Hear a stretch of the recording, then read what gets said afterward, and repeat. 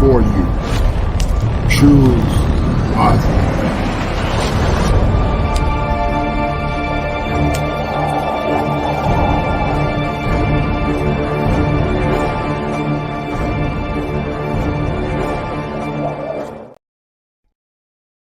Death of Kevin Samuels happened, and there was a vacuum within the manosphere space.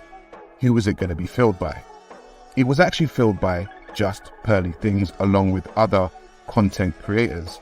Now, I believe that the reason why this space was filled is because Kevin Samuels had a large following of black men. And these black men were essentially fed up with the way feminism had taken over their community, specifically their women.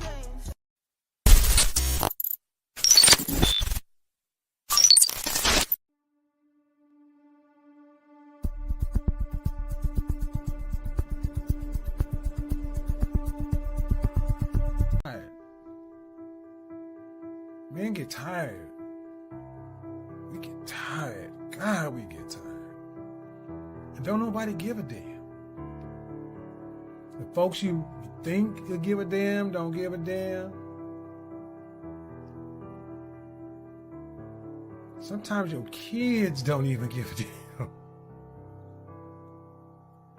And in the face of such hurt, heartbreak, rejection, confusion, a lot of men are just out here lost. And waking up every day is a miracle. Some people go to sleep and will be all right with not waking up. The whole idea of children being born out of that institution of marriage is very damaging. And I think a lot of times we don't see it until that person grows up and experiences some of those things where when you go to pull on those things that you need from that union, it's not there. I had a lot of great role models that happened to be men to teach me what, my angel of a mother was not going to be able to do. I'm coaching people that's in their 60s and they're learning. And they say, well, how did you get this wisdom at such a young age? And I honestly believe it was my father. She just did what she had to do. She was a single mother before it became even popular, so. How do you feel about it being popular? I think it's a sad state of affairs. If you say, what is the ideal? I think the ideal is being raised by a two-parent family. I talk about black men, white men, period, but mostly black men. How we've become second and third class citizens, especially when it comes to the lives of our children. I think I learned a lot of things from my father. So I think that passed on to me. I grew up without a father. I didn't just spend a whole lot of time at Dwayne's house. His daddy was molding me. I know commercials that last longer than my father.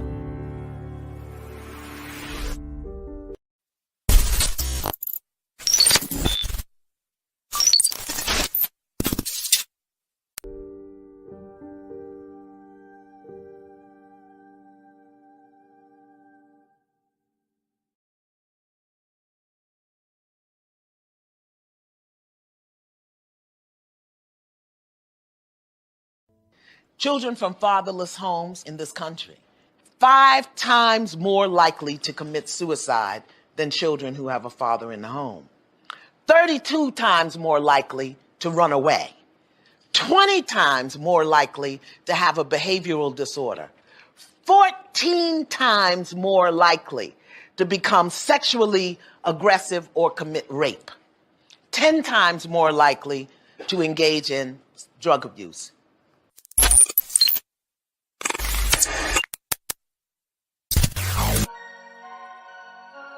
Seems to have some choice words for yours truly. Now, of course, he's not man enough to mention me by name. He's not man enough to show his own face. He certainly isn't man enough to show his work. But he has so much to say about me and about the work of other people, particularly women. And here I'm speaking of the one Miss Just Pearly Things. Now, let me say this. If Jason Black had spoken to Miss Just Pearly Things one-on-one, the way I did, both in public and private, and found her wanting, that would be one thing.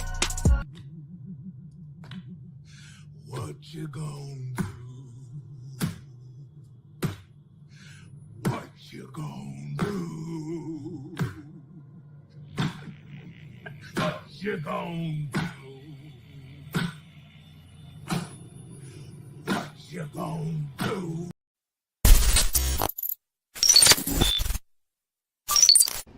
I'm not sweating, my brother. Don't hate. Beta males. See, this is my problem with you beta males.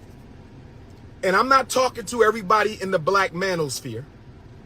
I'm not talking to everybody in the black manosphere. But I want to say this. No disrespect.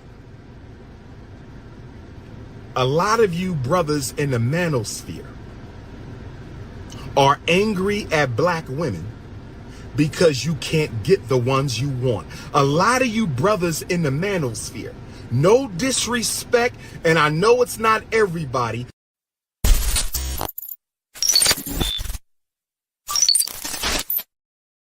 Listen, in the civil rights, we had freedom riders. What was they, Jason? White than the motherfucker, right?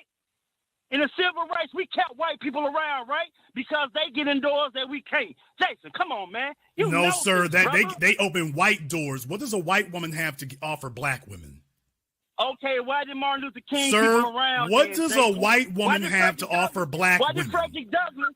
Why did Frederick Sir, Douglass? we're not going to talk argue. Abraham Sir, Lincoln? we're not going to argue. What does a racist white woman have to offer black women to get them on code? Well,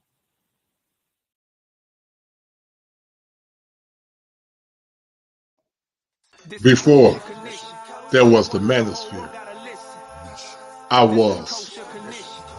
Before there was the internet, I was. I was that Sigma male crying out in the wilderness for justice and equality for those that are downtrodden and broken, those that are voiceless. I was the kosher clinician. Before I was the kosher clinician on the internet. My plight and my war cry for justice and humanity is nothing fake. But I've always been kosher. And sit back and get this kosher fun.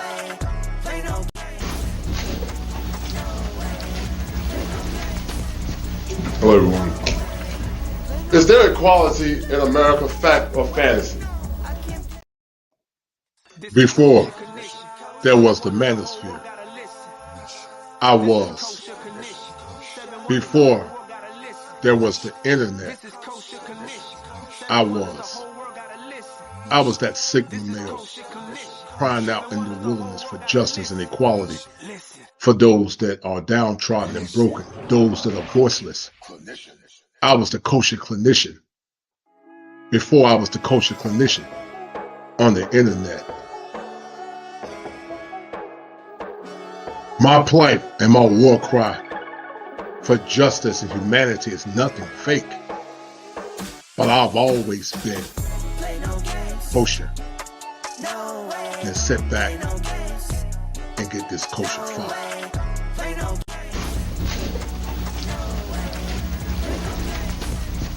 Hello everyone. Is there equality in America, fact or fantasy?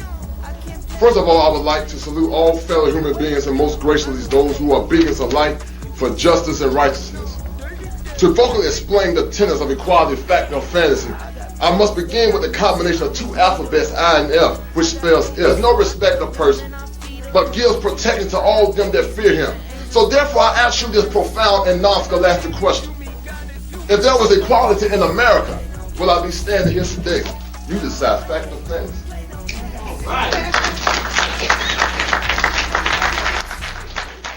This is Kosher Connection. 7 wonders, the whole world gotta listen. This is Kosher Connection. 7 wonders, the whole world gotta listen. This is Kosher Connection. Fire! For your mind. kosher clinician. If it ain't seven, it ain't kosher. Heaven and hell, that's what they told you. Real men put the strap down and we can toss them. Young heads picking back up and young dolphins. This is our culture. Now we talking kosher.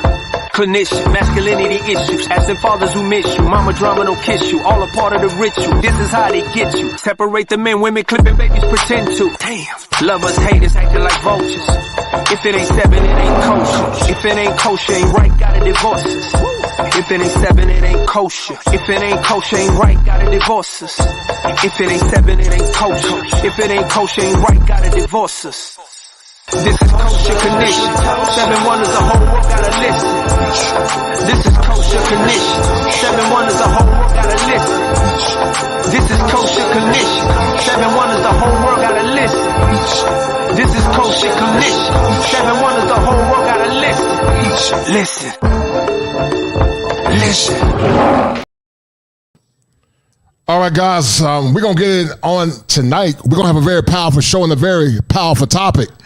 But there's been a lot of consternation between Just Pearly Things, and the whole concept and the whole mission of this show is to talk about the warfare that's going on in this space where men congregate to talk about their struggles and their pain. One could argue that if some of our women were more in tune to the needs of what men want, perhaps they would not have been complicit in allowing other women to come in to address issues that are sustainable to black men and the black family. But some of you got it twisted because you don't understand what the mission of this space is. This is a pro-black male space that caters to men, for men, and by men. And because of that, there's a lot of consternation between pro-blacks and some of the pro-blacks that are trying to sabotage, minimize, and disrespect brothers in this space where we come together to share our pain. What you guys will see on tonight is that many guys in the manosphere don't attack pro-blacks. But because many do attack brothers in this space, it's led to something called warfare. Get your pens and paper ready. I'm about to drop some fire for your mind on tonight. Fire for your mind. Let's get it. The kosher clinician.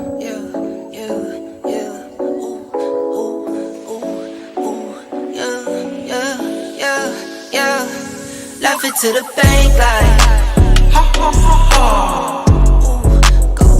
Go. Laugh it to the bank like. It looks like Jason Black is laughing to the bank. And it looks like he's using race hustling to cause confusion and distortion between black men and the black collective. But what they don't understand is that black men are not dumb. And brothers in these spaces are very sharp. What say you? Dark, what she make like? I'm a star, got no stage fright.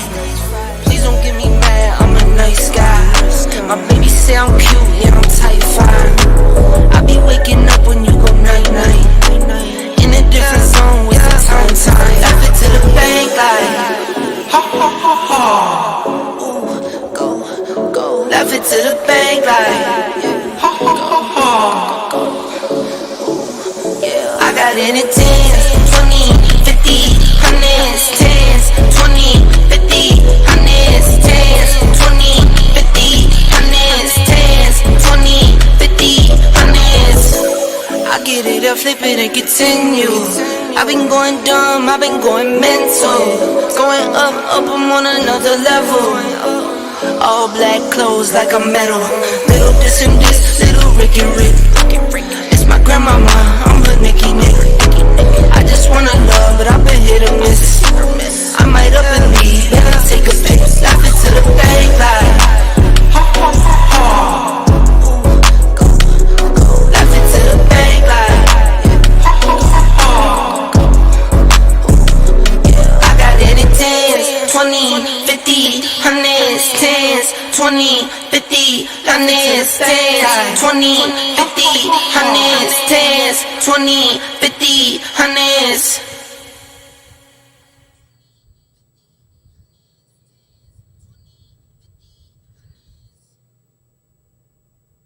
All right, guys, bring it to you live from the greatest state in the union, the Tar Heel State. And we're going to talk about a very powerful topic on tonight as we talk about the struggles that black men are having as there is a war within the union.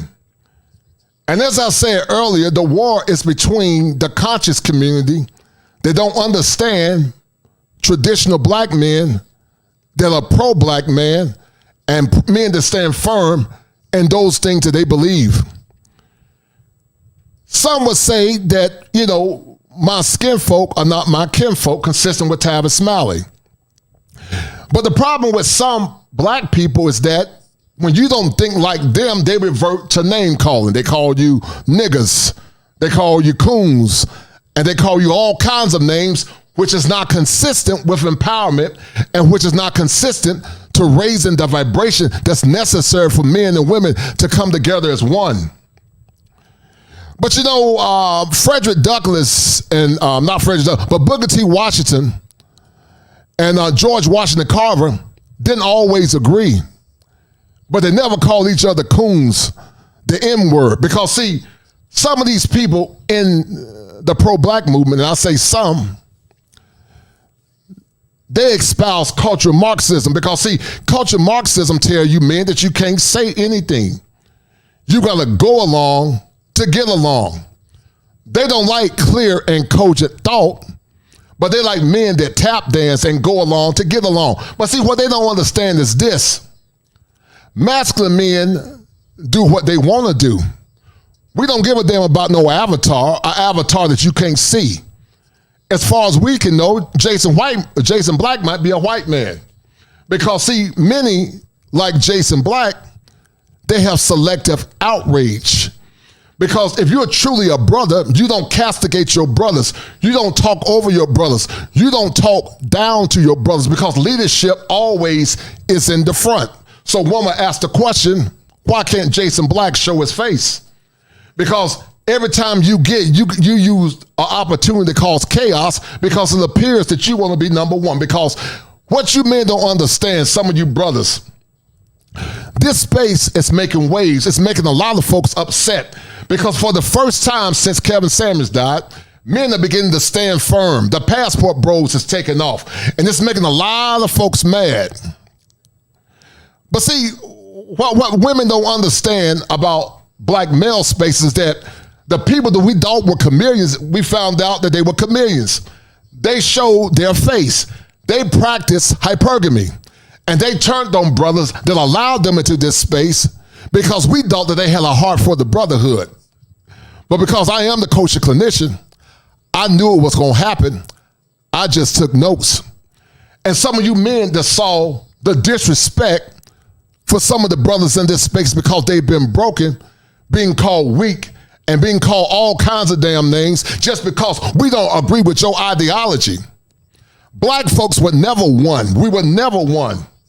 When we were in Africa, we were never one. But see, some of you women, you dropped the ball. You had the opportunity to say, let me understand why black men are listening to this white woman. Because Just Pearly Things was wrong. Just Pearly Things was insensitive to the struggles of those from the diaspora. She was wrong. You won't get no quip from me in that area. But what Just Pearly Things did do, Just Pearly Things was open to understanding the struggles of men, not only black men, but all men. And some of you women, you dropped the ball because at that time, you reopened the trauma that a lot of men have been going through.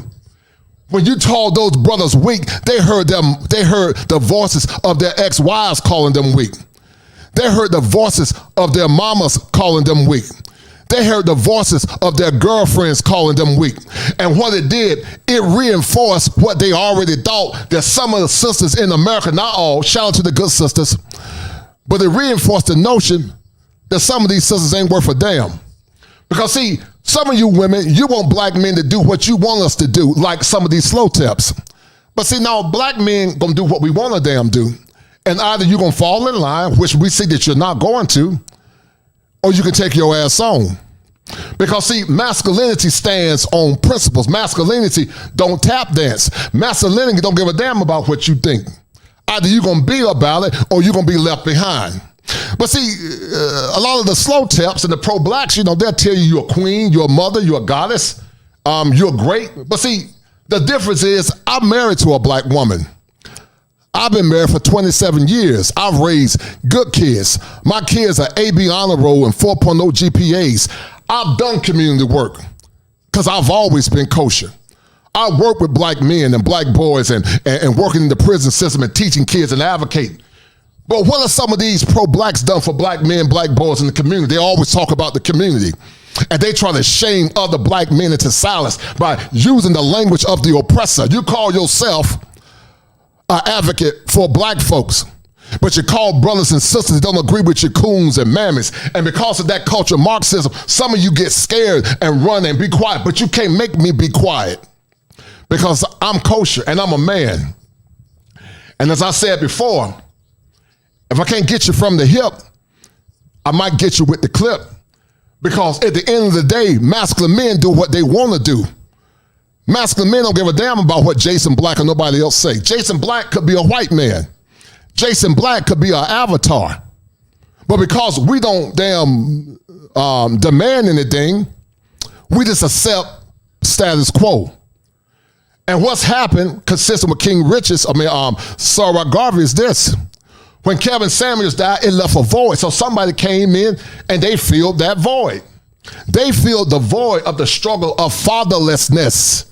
Because even though Kevin Samuels was not necessarily a father, he was an icon. But some of you women, not all, shout out to the good sisters, you weren't concerned about the pain of what some of these men were going through. You just reinforced to black men that we only got ourselves. And now because of that, now black men are beginning to say, you know what? We took notes and we're going to do what's best for us. Because we live in a world where masculinity is under attack. We live in a world where the pain and the suffering of men is minimized. I've seen it many times in practice where a lot of men don't get love, respect, and adulation. They work hard, they go to school, they do what they're supposed to do.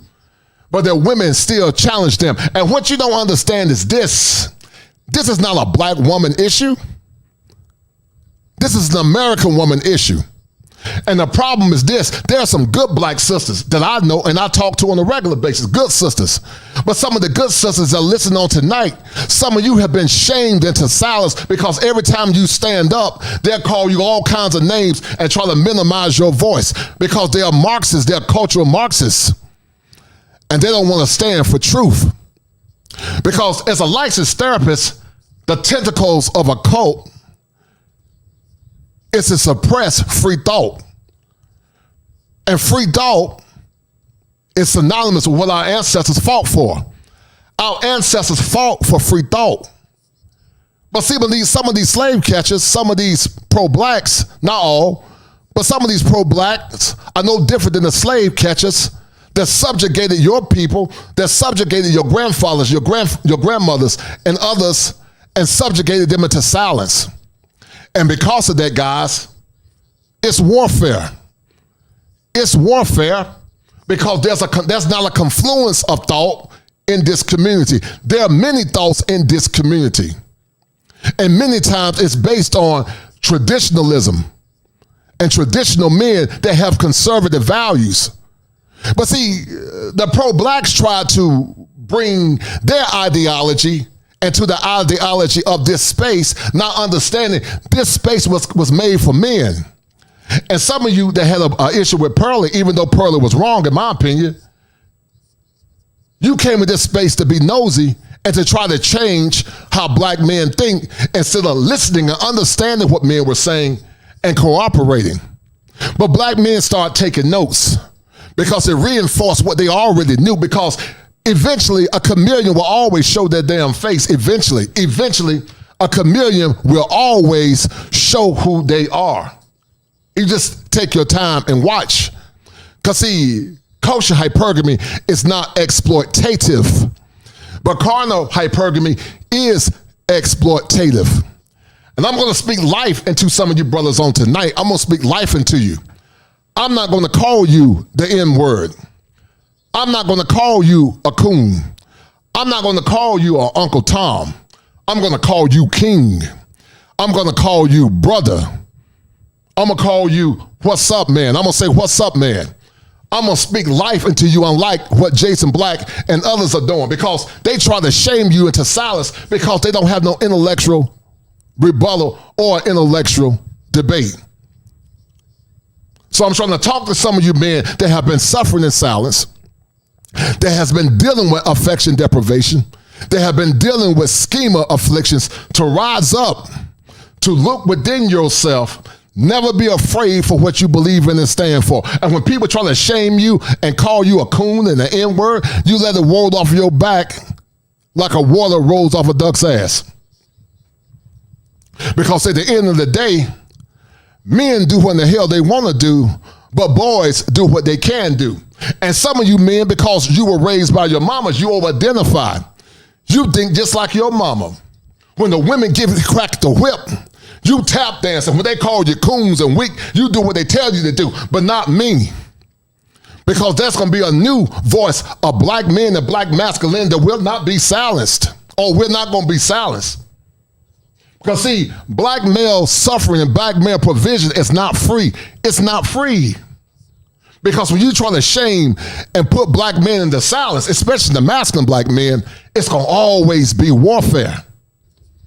And now because of that, you are having warfare in these spaces because some refuse to hear the struggles of what black men are saying.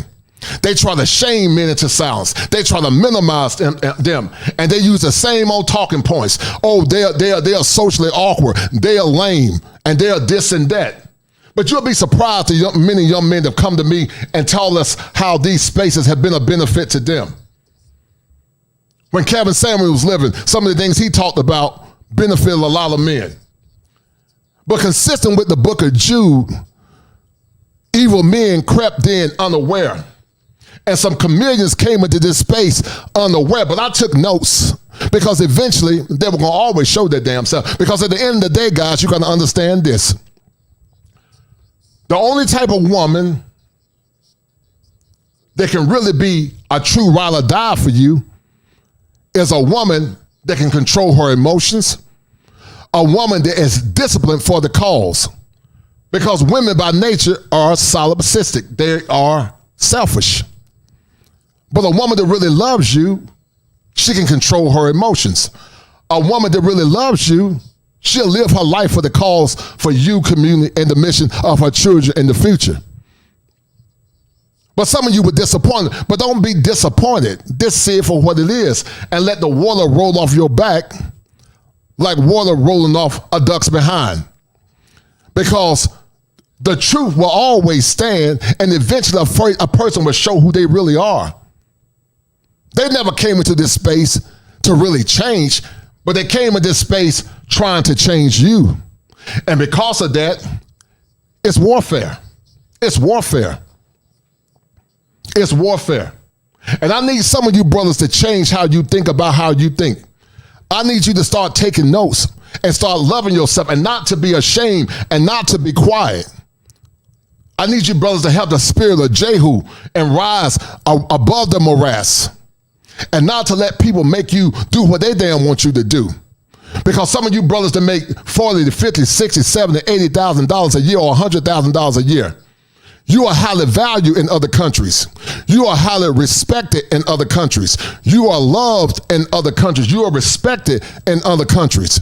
And you don't have to do a bunch of tap dancing and bojangling to get the respect from your woman. Now, we know that some of you men might be socially awkward. Some of you men are still simps. Some of you are. But it don't mean that you are bad people. You just need to be reconditioned. Some of you brothers need to be you need therapy, and it's okay because you've been conditioned to think that you don't have any worth.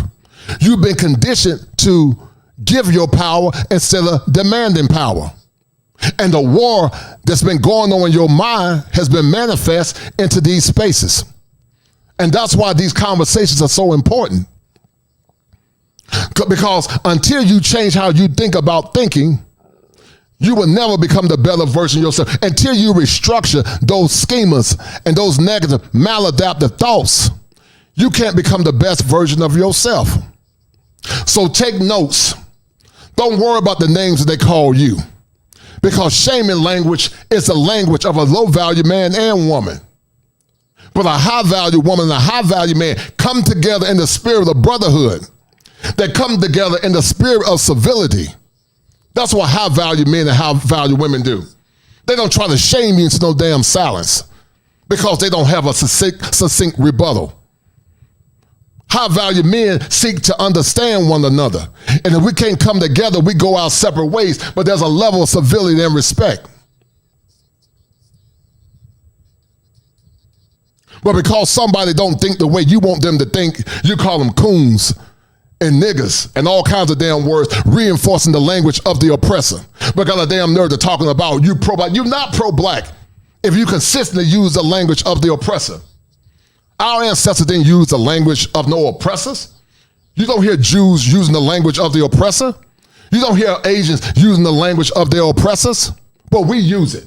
You call sisters that disagree with you mammies.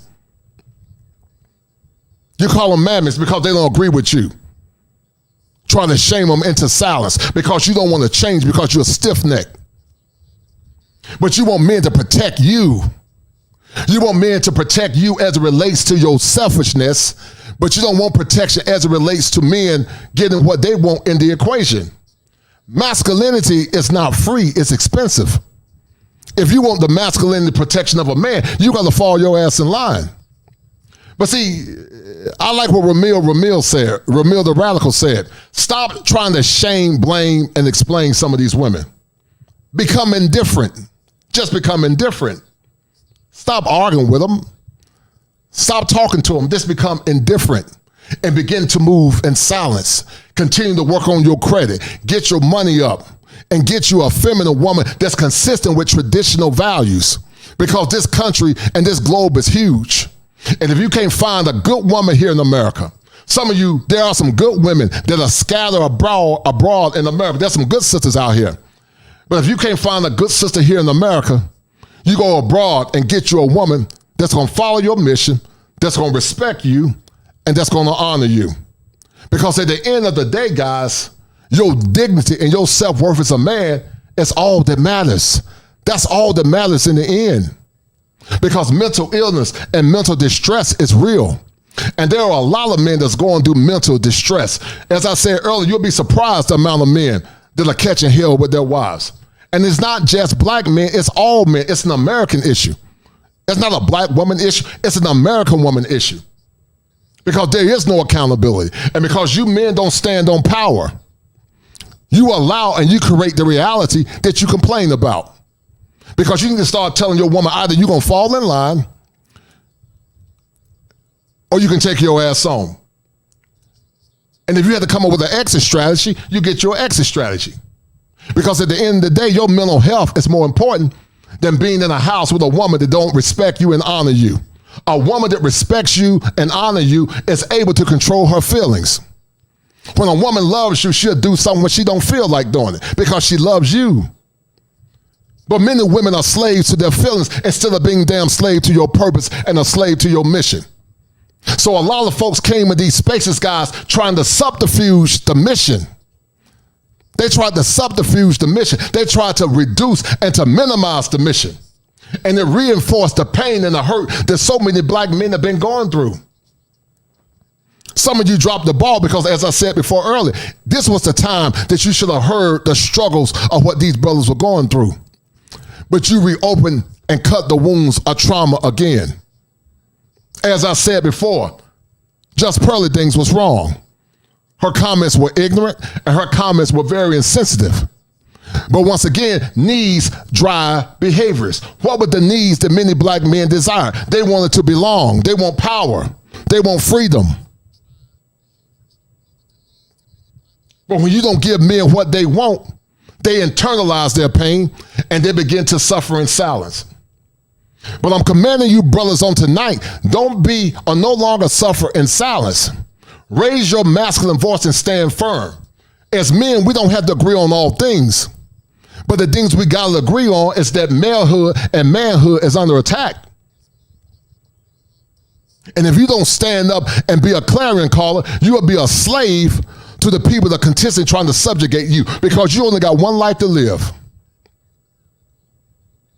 You only got one life to live. Tomorrow is not promising no man. You don't know when you're going to close your eyes in death, because so many men are under distress right now because of the pain they've been through and are going through.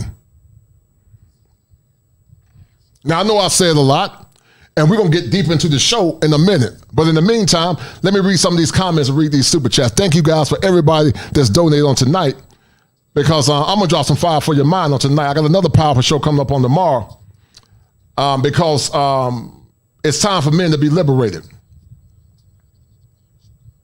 It's time for men to get their needs met.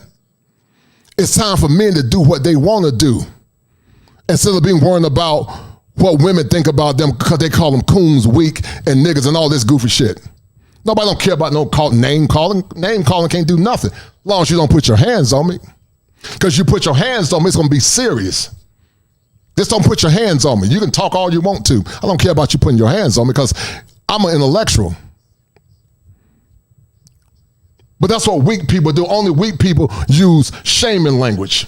Only weak people use the language of the oppressor to make you become quiet, because they have no other argument, which is, in essence, is part of a low-value woman and a low-value man. Let me read you some of these comments real quick, guys. Y'all forgive me for getting so fired up on the night. Hold tight. All right. Let me read you some of these comments, man. Shout out to my man Barry Hamilton for the $5 super sticker. Thank you, brother. I appreciate it. Hello, lucky person. You got the number right, because you are talking to Kid a Dynamite. Pure Dynamite. Shout out to my man Salty Balls.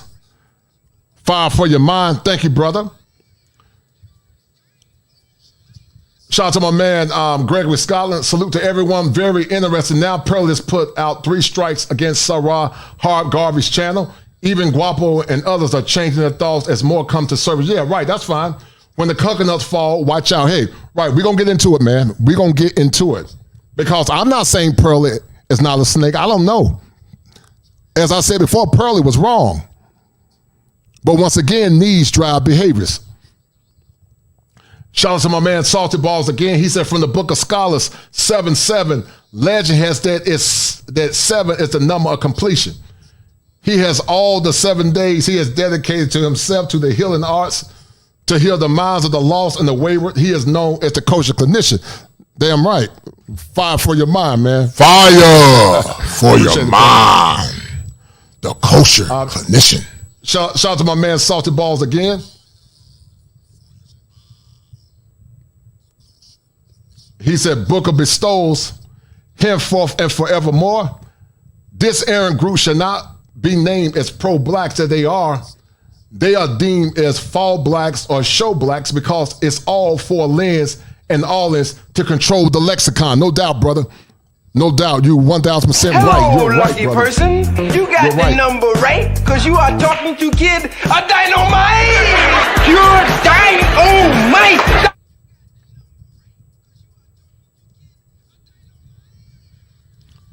Shout out to my man Gregory Scotland. He said, Coach, I was always curious if some of the women that's collaborate with you realize you were something else, because I know that you didn't work.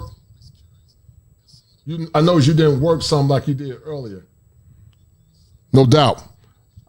I appreciate it, brother. Thank you. Hello, lucky person. You got the number right, because you are talking to Kid a Dynamite. Pure Dynamite. My man Top Gun said, who hurt you? Oh, no doubt, man. Y'all funny, man. I appreciate for all the love, guys. Thank you. And also shout out to my man Byron Hamill TV for the $9-10 pound. I appreciate it, straight out of Britain. Thanks for the love, man. But let me read this cash out real quick. Shout out to my man. Oh my goodness, man. The Quiet Storm showing some crazy love on the night. But before we get into it, shout out to my man Kevin White for the 25 hitter, for the Pearly Things and chicken wings. And also shout out for my man XL Pro for the 5. And also shout out to the Quiet Storm. And Quiet Storm, you and Gregory Scotland, and my man Salty Balls, you brothers are the #1 sponsor of this stream, guys. I appreciate it for showing the love, man. Thank you for showing the love, brothers. I really appreciate it, man. Thank you. We're gonna get into this thing and kill the devil on the night, no doubt.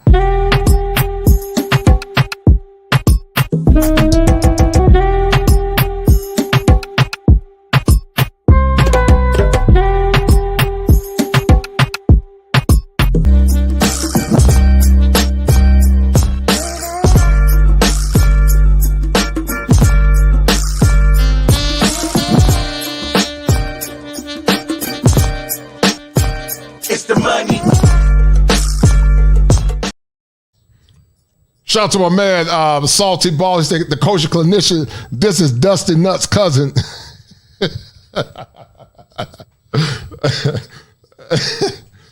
And also shout out to my man, Jay Rizzle for the 5, no doubt. Thank you, Jay Rizzle. Hello, and you're a dynamite, man. I appreciate the brothers and sisters showing all the love on tonight. Thank you, I appreciate it. A dynamite. But we're going to get deep into it. You're dynamite.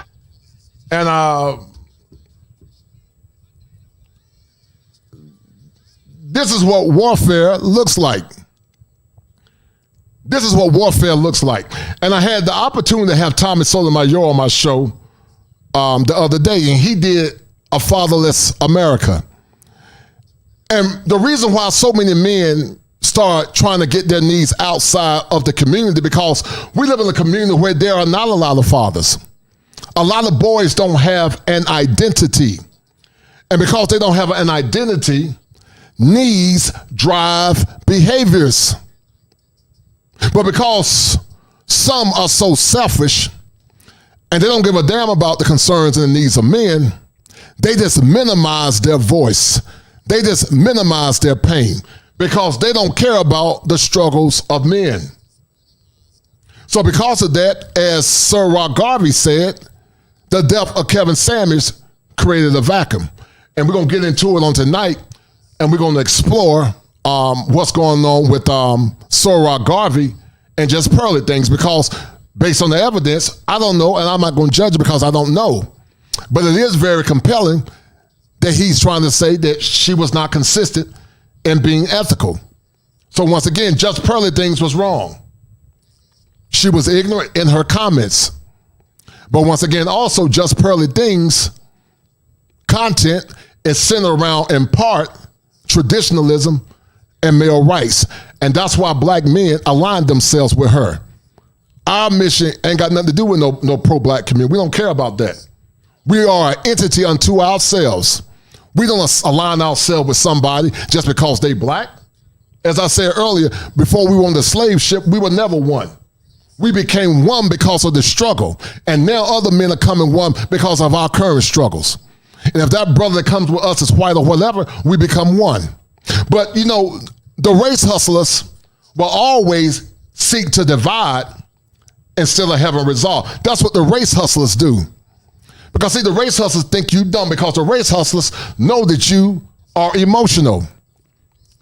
Anytime a white woman can say, if you don't vote for me, or if you don't, I like hot sauce, and there's not an outrage for her using and saying that she uses hot sauce, which is a form of racism, I got a problem with it. But nobody said nothing wrong when Miss Hillary said that, because some of our women were looking for power, because Hillary Clinton symbolized power as it relates to their selfishness.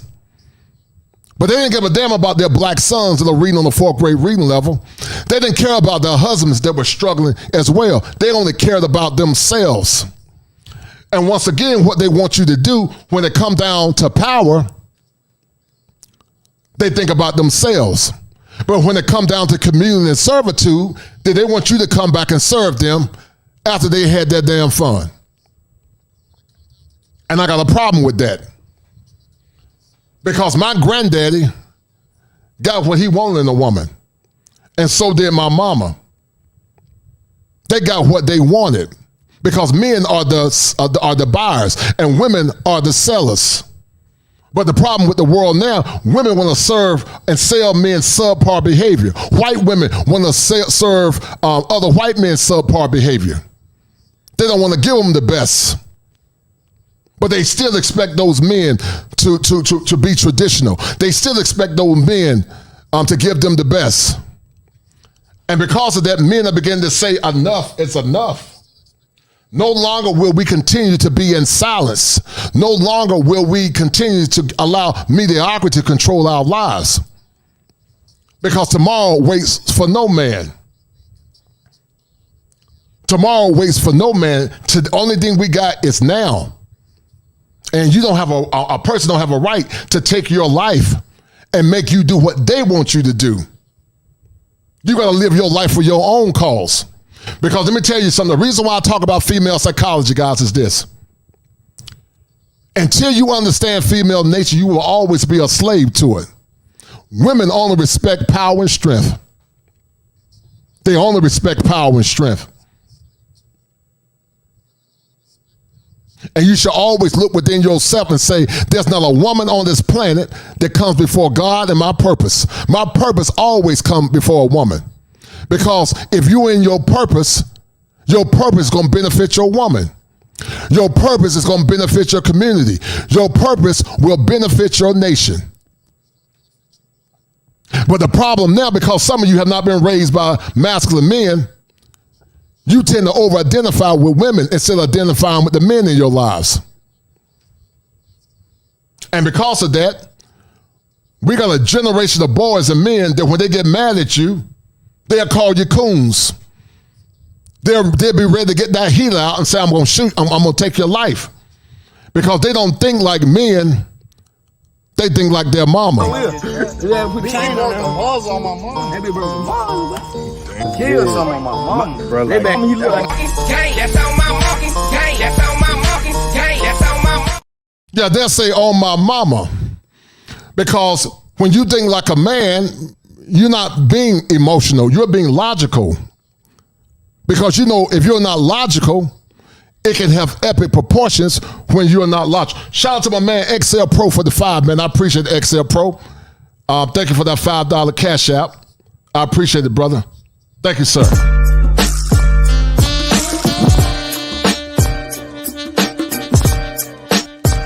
It's the money.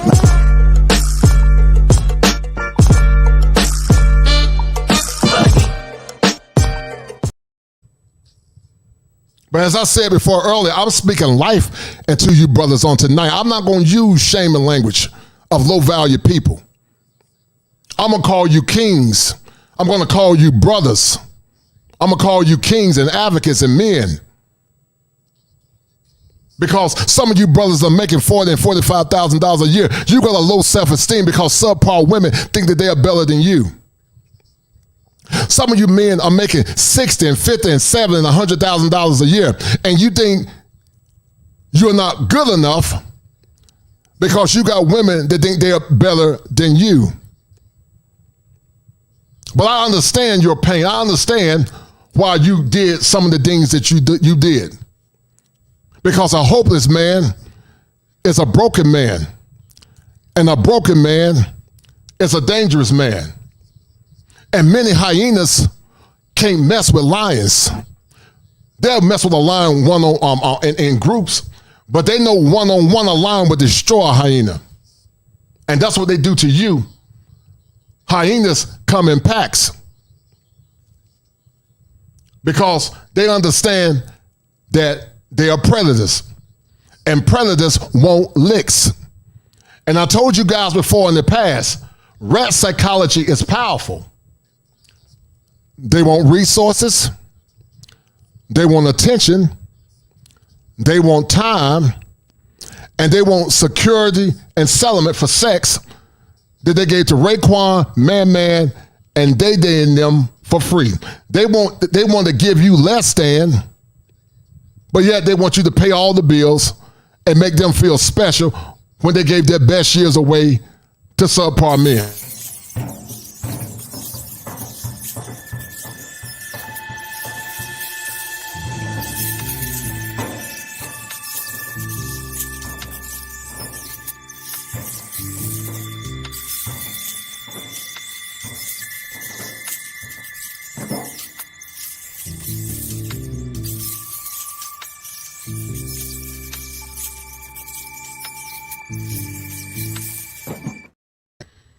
And some of you guys know this, as I said before earlier, it's not just black rats, but it's white rats and brown rats and yellow rats. It's all kinds of rats catching hell in America.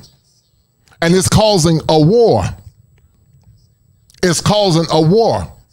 Because once again, some of the pro-blacks think, if you don't think like them, then you're not black. Consistent with what Joe Biden said. If you don't vote for me, you ain't black. Because that's static blackness. Static blackness has no place in the American lexicon. Because black people should have a divergence of thought. Blackness is not monolithic.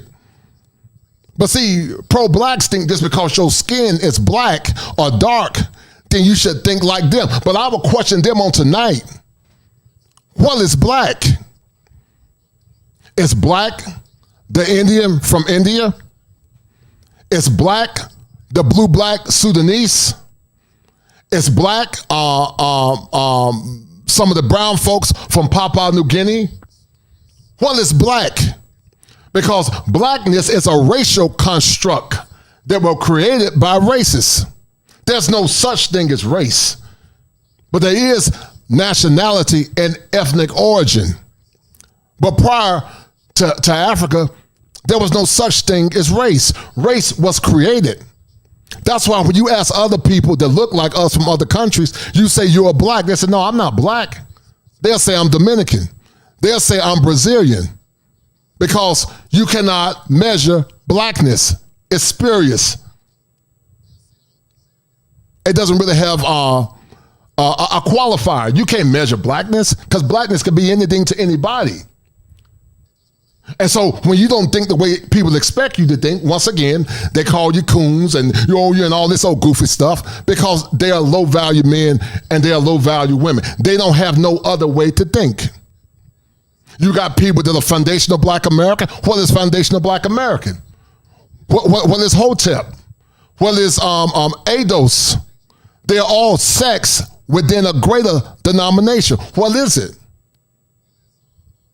Most black men in these spaces are working class to upper middle class to well-off men in the 2%. They're looking for traditional women with traditional values so they can leave a legacy for. But because our worldview don't align with yours, instead of us coming together and see what our commonalities are, and then we go our separate ways, your goofy ass will go around and call folks coons. Call folks N-words, but then goddamn selective outrage when the white people damn say it.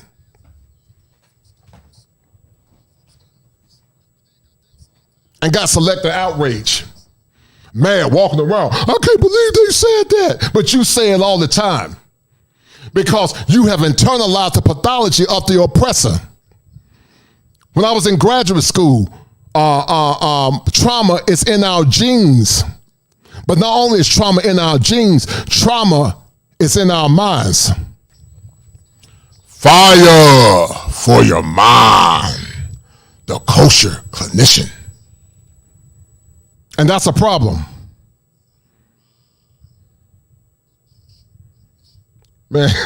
Man, shout out to my man, Jay Jerome. He said, you cooking tonight, bro. No doubt, man. I appreciate it, man. That's that Leo swag. That Leo 5, man. I appreciate it, man. Thank you, sir, for the 10. Thank you for showing love, brother, tonight. Because you are talking to kid a dynamite. Shout out to my man. You're dynamite. He said, you're preaching tonight, no doubt.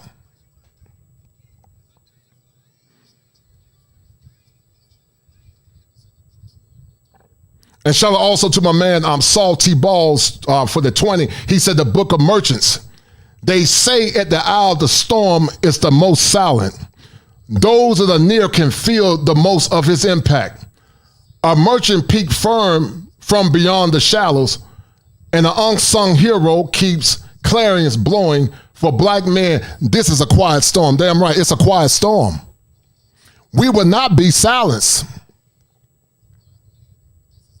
We will not shut up. If you want war, then damn it, you'll get war. Because black men do what they want to do. Boys do what they can do. Boys listen to their women. Boys do what their women tell them to do. Boys are shamed into silence But black men become clarion callers, and they stand firm in their masculinity, and they dare anybody to challenge them in their masculinity.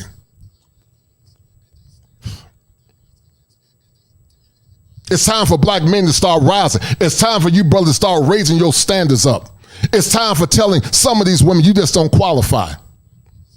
Because they'll judge you based on how much money you make. They'll judge you based on your height.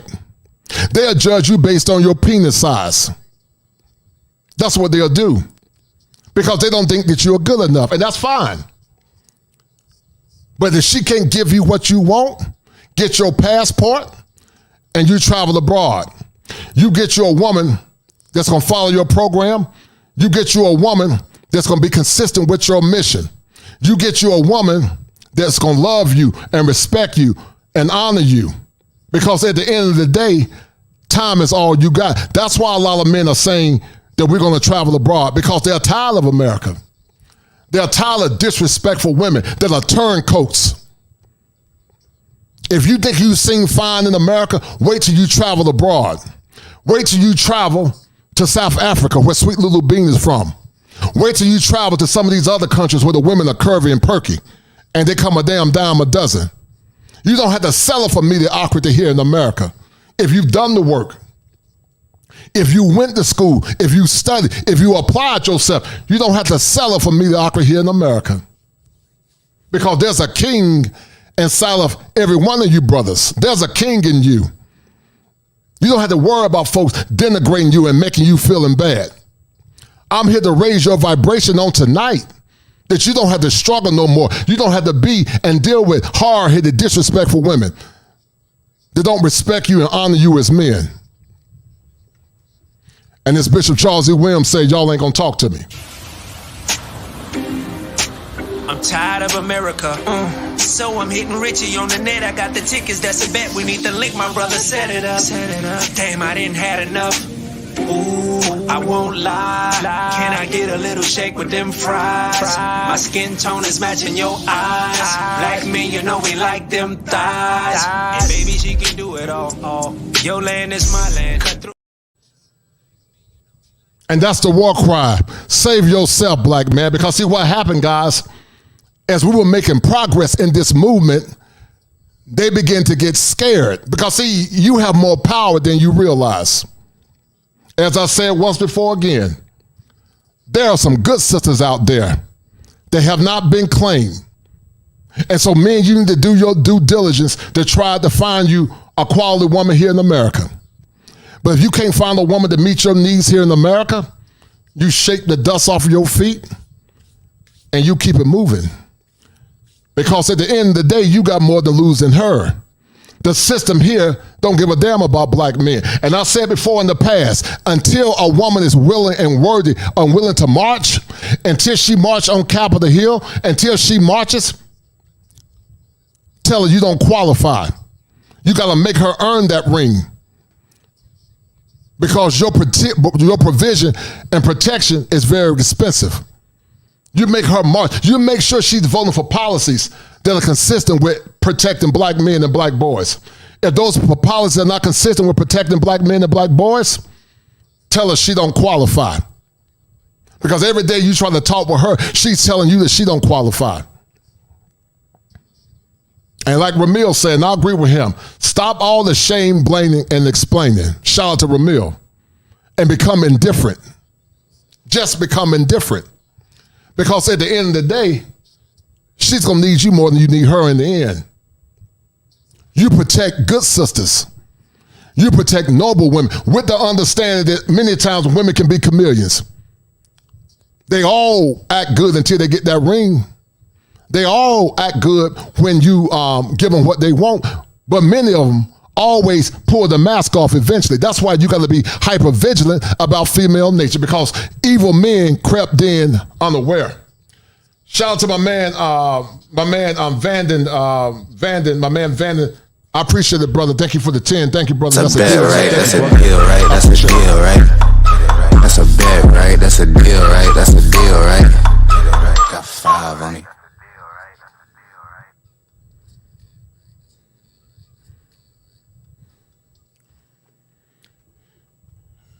I grew up in the church, guys, and I'm sure some of you know it. So you hear that Pentecostal fire, man. I grew up Church of God in Christ. And I don't live it like I used to, but it's still in me. And consistent with what the great late Bishop Charles D. Williams said, this is what he said. And we're going to get deeper into this show in a minute. But many men, guys, are in in Babylon. Many men are in Babylon. And many men are just like dry bones in the book of Ezekiel. And many men are saying, can these dry bones live?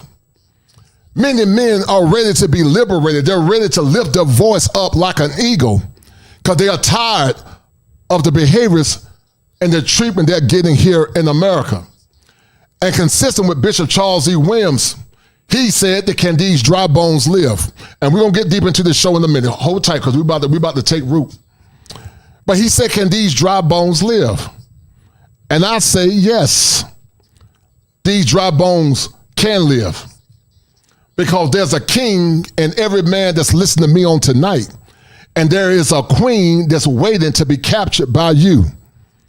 But it's going to come with a price. It's not for free. It's not for free. And that's why you guys need to raise up your voices as men. Set aside your petty difference. Understand that there are some that come in these spaces to sabotage this movement. Because they don't want to see you happy. They want to control you, and they want you to do what's best for their selfish needs. Because once again, eventually, a chameleon will always show themselves. It just takes time. They always show the damn self. I knew what's going to happen, but it just takes time. But once again, there are some good sisters that I've dealt with, and they're good women. So shout out to the good sisters I've had collaborations with. I think they're genuine sisters, and you know who you are. The Chantel Simone, shout out to her. Shout out to Shalakim Yamava. Shout out to Crimson Cure. Shout out to those sisters. I think they're genuine women. Shout out to other women that I might forgot their names. But in the meantime, there have been a lot of snakes in the garden. There have been a lot of snakes in the midst of men. And because of that, some of these women are consistent with granny serpents. A lot of them are consistent with granny serpents. And their desire is to usurp the movement of masculinity. And they are cantankerous. They're vicious. And they are vicious because many of these women, they listen to the serpent. Follow me, baby. The elders are old and out of touch. I have the power to help you become the better version of yourself. Listen to me. I know what's best for you. I am the snake whisperer. And these snake whisperers are not just men. Some of these snake whisperers are women. Some of you women are associating yourself with snake whisperers on tonight. They don't have your best interests at hand, but they see the good in you, but they don't want you to be happy either because, see, other women keep other women single because they never asked men what they wanted. And because some of you don't know what men want, some of you women are going to remain single because you are listening to the snake whisperer. You are listening to the snake whisperer because the snake whisperer is going to always be a snake. They don't give a damn about you. They only care about themselves. And that's why I told you, sisters, you good sisters, that I called the remnant. Shout out to Sweet Lulu Bean as well. Be careful who you listen to. Be careful who you surround yourself with. Get with women that have a marriage mission and women that can control their emotions for the greater mission of that relationship. Because there are a lot of granny serpents out here. There are a lot of women that are snakes, and a lot of these women don't really have a great cause. Won't let you get the best outcomes that you're looking for. What did we do to her? You mean what did she do to us? She had the nerve to call us witches. And she was right. You three ugly witches. Yeah, the granny serpents are viral. they're not feminine. Because see, as I said before earlier, this was the time, this was the opportunity for women to understand why men align themselves with just pearly things. But once again, they dropped the ball because they didn't understand the pain and the struggles of men. Needs drive behaviors. And once you're in need supersedes skin color. Shout out to my sister, shout out to my sister, Take Heed to the Message for the 5. Thank you, dear. I appreciate it. Thanks for the love sister on tonight. You got the number right, because you are talking to kids. Well, consistent with Bishop Charles and Williams, we're going to get into the show, guys. I promise you, we're going to get into the show. Give me 1 minute. We're about to get into the show.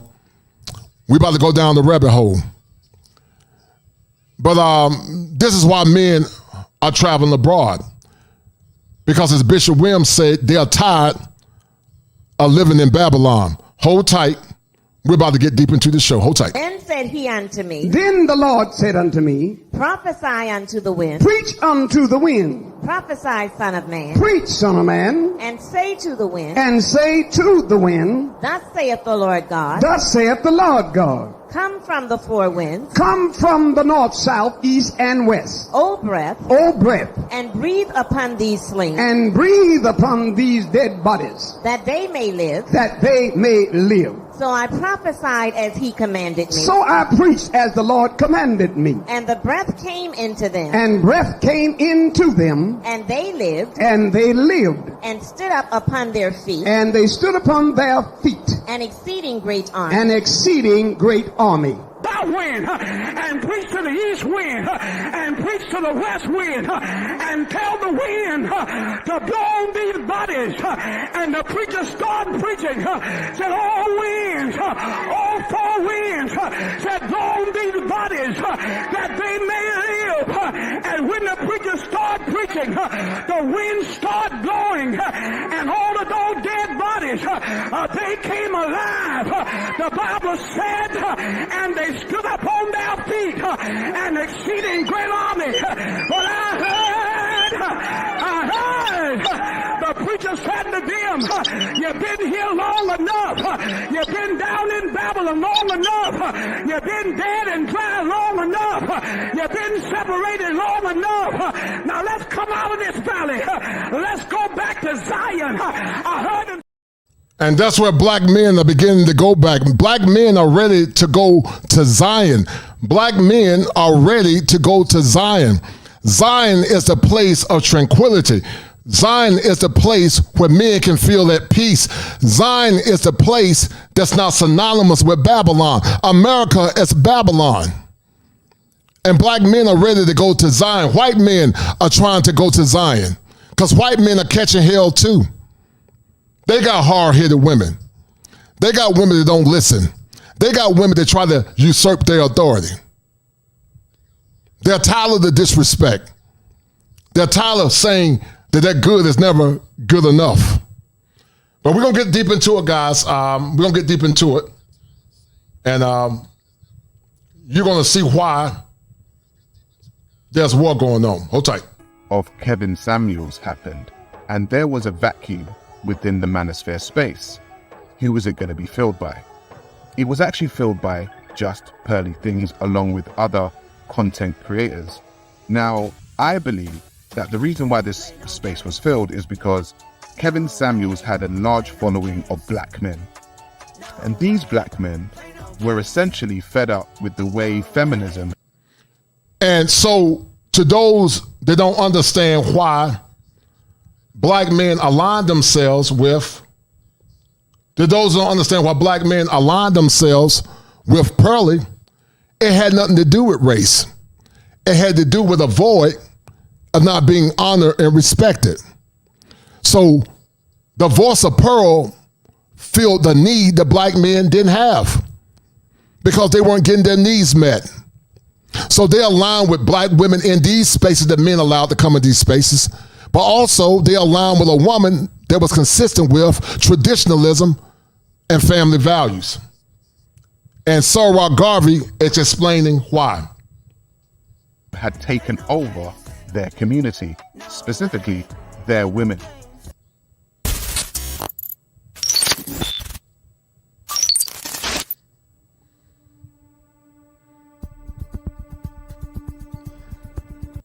And consistent with Tomm Sotomayor's movie, A Fatherless America. Go check out that movie. I had a great interview with Tomm Sotomayor recently. But it's easier to build strong children than to repair broken men. I'm going to say it again. It's easier to build strong children than to repair broken men. There's a lot of broken men that are listening to me on tonight. You are suffering from affection deprivation. You are suffering from schema afflictions. You are suffering from a low self-esteem. Your good is never good enough. And you begin to internalize your pain because you live in a world where masculinity is not respected. And everything you try to do to please your woman is never good enough. And we know that there's some good women that love their husbands and love their men. Shout out to all the good sisters. There's some good sisters out here. I celebrate the good sisters. But sadly and conversely, it's not enough. So it's easier to build strong children than to repair broken men.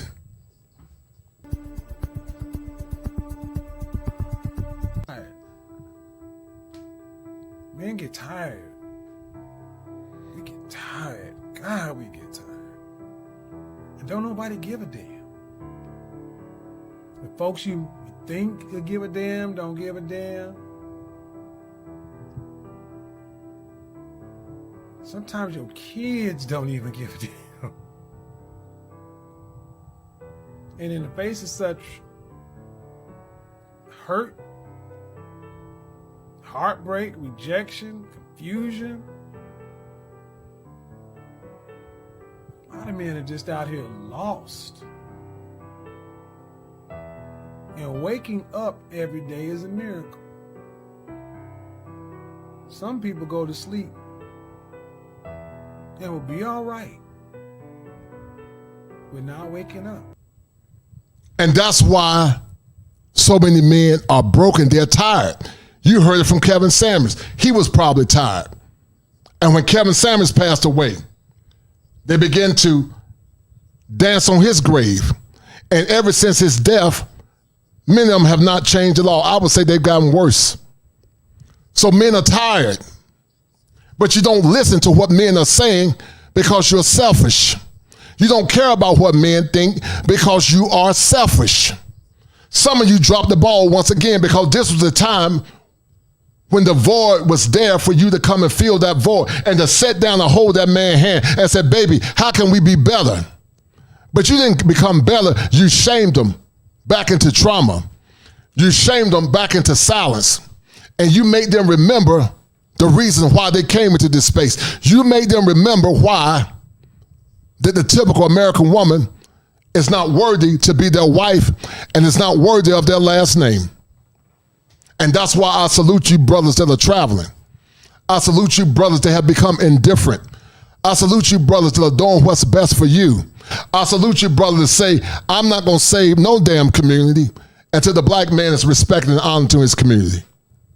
We're not going to give you our resources, our time, and our affection for free. And all the shaming, blaming, and explaining, once again, shout out to Ramil, no more shame. Because the opposite of hate is indifference. And men are becoming indifferent because America is not good for the mental health of many men. Shout out once again to the good sisters that are listening. There are some good sisters that are trying and striving. Shout out to you. The whole idea of children being born out of that institution of marriage is very damaging. And I think a lot of times we don't see it until that person grows up and experiences some of those things where when you go to pull on those things that you need from that union, it's not there. I had a lot of great role models that happened to be men to teach me what, my angel of a mother was not going to be able to do. I'm coaching people that's in their 60s and they're learning. And they say, well, how did you get this wisdom at such a young age? And I honestly believe it was my father. She just did what she had to do. She was a single mother before it became even popular, so. How do you feel about it being popular? I think it's a sad state of affairs. And some of y'all look at Tommy. I think at his core, Tommy is a good man. But Tommy's been through a lot of trauma, in my opinion. And this is what happens when men go through trauma. And every time Tommy and a lot of men see, it reinforces the reason why they don't deal with some women here in the West. Because it reminds them of the pain that they've been through. If you want good men, use your femininity and your softness to make that man feel at one. But sadly, too many of you will not do it. You can't do it and you won't do it. And it's okay, because once again, men are becoming indifferent. They are becoming indifferent. What is the ideal? I mean, I think the ideal is being raised by a two-parent family. I talk about black men, white men, period, but mostly black men. How we've become second and third class citizens, especially when it comes to the lives of our children. I mean, I think I learned a lot of things from my father. So I think it passed on to me. I grew up without a father. I didn't just spend a whole lot of time at Dwayne's house. His daddy was molding me. Some of you women are the reasons why your sons are the men that they are today. Because you got mad because that man left you. You got mad because you couldn't control that man. You took it personal that he moved on and got with another woman. And you took your pain and you turned it on his father. Or you didn't let that boy see his daddy. Or you didn't let that man see his daughter because you're selfish. And now you're wondering why your boys are not rising at the level of our girls. You don't ever hear enough women say black boys rise. I'm gonna get a shirt created called Black Boys Rise. But you're more concerned and preoccupied about black girls rock and black girl match. And I'm not against that. I'm not against it at all. But if you want a strong community, you gotta raise the boys up at the same rate you raise your girls. And you gotta have the man being the leader and the forefront and the leader, the priest and the king in that relationship. But see, some of you don't want to do that because you want power. You want to wear the pants in relationship. And men are saying, nah, that ain't gonna work, boo. Either you're gonna get in line or you're gonna be left behind. Because at the end of the day, your mental health matters, brothers. Your mental health is more important than anything. If a woman is causing you distress and causing you pain, I don't care how big her behind is. I don't care how big her breast is. I don't care how good her box is. A quarrelsome and a contentious woman will run a man to the rooftop. And if you got to go on the rooftop, start coming up with an exit strategy and get rid of her. Because there are women in other countries that will love you. You can go to sweet little beans country. They fine, they fit, and they feminine, and they curvy. You can go to Jamaica. You can go to other parts of the diaspora where the women are from the diaspora, black women from other countries. If you can't find a woman that's going to follow your program. And don't worry about these people that try to shame you, to say something is wrong with you, you can't get a woman here in America. Who in the hell are you to tell that man what he wants in a relationship? You don't get to tell that man what he wants. Every man got an acquired taste. Just because you eat at Burger King, he might want to eat at Fogo de Chao. So who are you to tell that man what he can't get? Don't let a man devalue what your values are, men. To the good sisters that are listening, don't listen to these women that tell you if you serve your man, that makes you a slave. Because these women are miserable, they're selfish, and they're snake whisperers. And they will sabotage your happiness because they don't want to see you happy. I know commercials that last longer than I love my phone.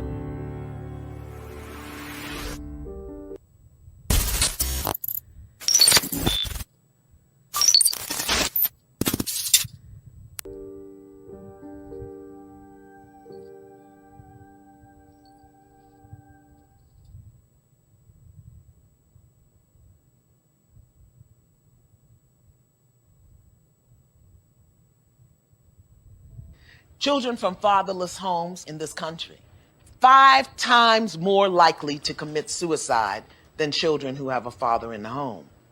32 times more likely to run away. 20 times more likely to have a behavioral disorder. 14 times more likely to become sexually aggressive. Now, once again, to the pro-blacks that keep keeping the manosphere name in their mouths, I need you to start damn showing your face, Jason Black. I need to see your receipts about advocacy and working in the community. I need to see what you've done for the aggrandizement of black boys and men. Because all these pro-blacks, a lot of them ain't nothing but race hustlers. Not all of them, but many of them are. They'd rather keep you in a damn state of victimhood instead of giving you the power. A lot of this mess is nothing but a cult. They want to keep you in a state of arrested development because they understand that true power is freedom of thought.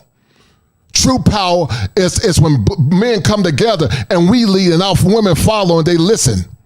But see, what the hotels do, they worship the black woman. They see the black woman as queen. They see the black woman as God, which is idol worship. And so once again, show me your receipts, because my receipts are abundant. I was always kosher. And if some of you don't believe I was always kosher, I'll show it to you. I was always kosher. I was always doing the work. If you don't believe me, here are the receipts.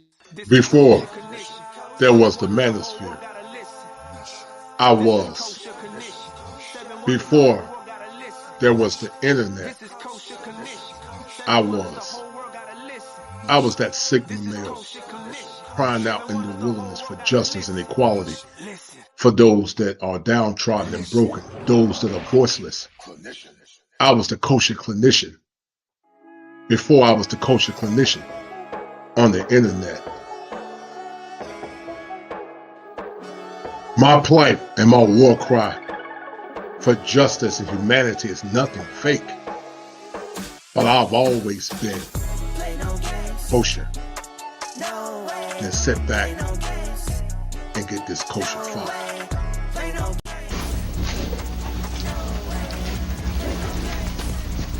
Hello everyone. Is there equality in America, fact or fantasy? First of all, I would like to salute all fellow human beings and most graciously those who are beacons of light for justice and righteousness.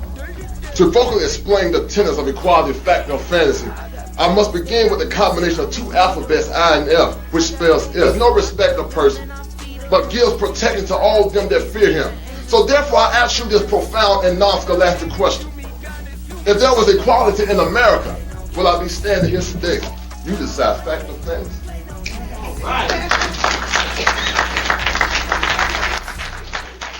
This is Kosher Condition. 7 wonders, the whole world gotta listen. This is Kosher Condition. 7 wonders, the whole world gotta listen. This is Kosher Condition. Yeah, I was always the kosher clinician. Before there was the manosphere, shout out to the founders of the manosphere. Shout out to Obsidian. Shout out to the Angry Man.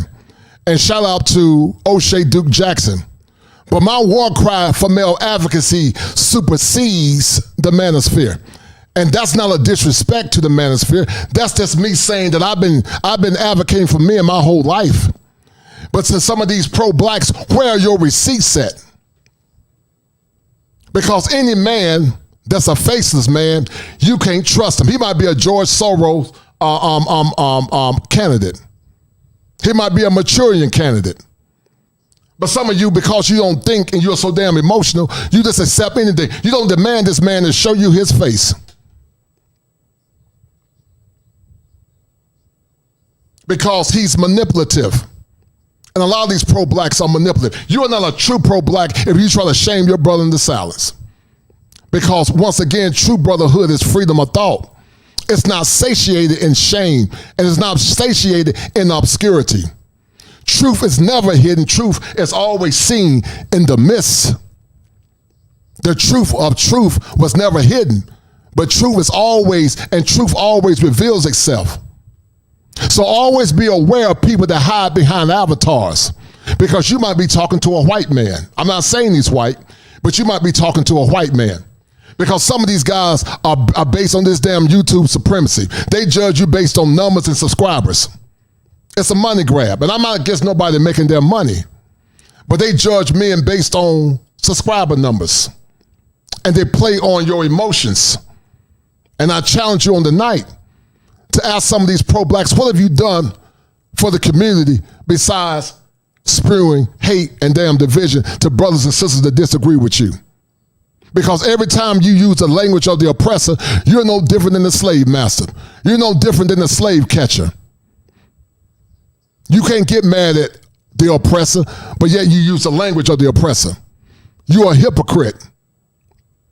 because the lexicon of truth is not a lie. Or commit rape.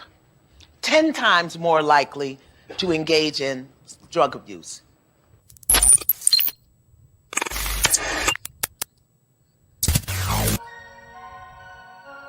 Seems to have some choice words for yours truly.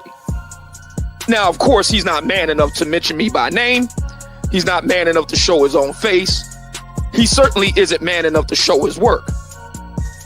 But he has so much to say about me and about the work of other people, particularly women. And here I'm speaking of the one Miss Just Pearly Things. Now, let me say this. If Jason Black had spoken to Miss Just Pearly Things one-on-one, the way I did, both in public and private, and found her wanting, that would be one thing. What you gonna do? What you gonna do? What you gonna do? What you gonna do?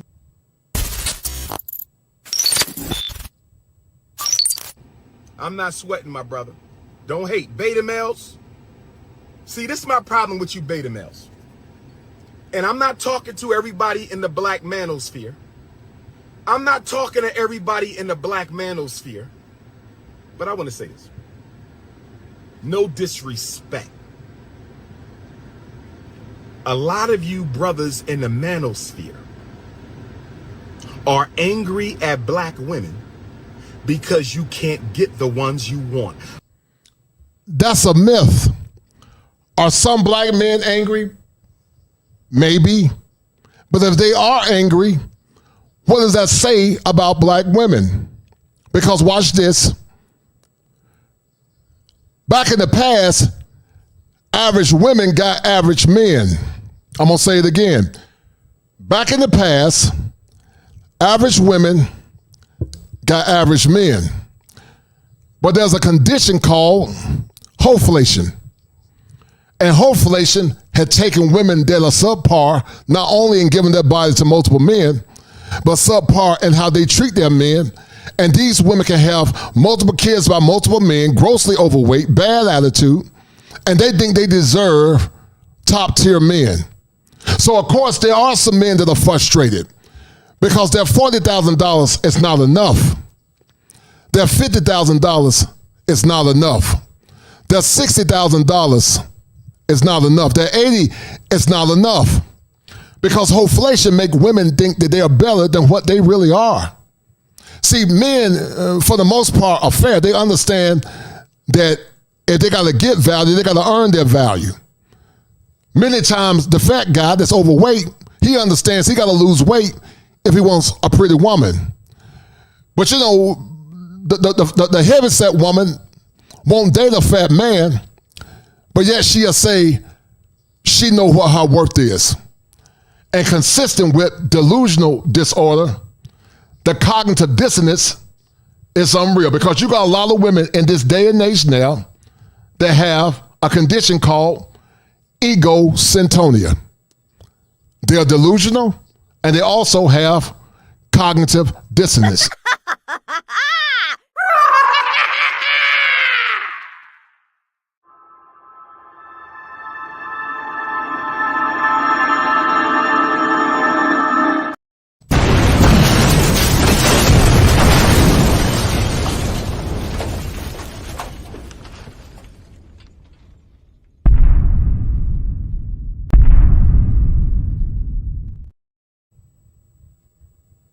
Shout out to my man, Top Gun. Top Gun said, he said that I do not support or belong to any community that encourages women to think like men and pedalize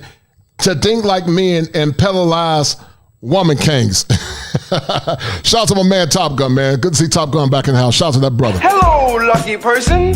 You got the number right, because you are talking to Kid a Dynamite. Pure Dynamite.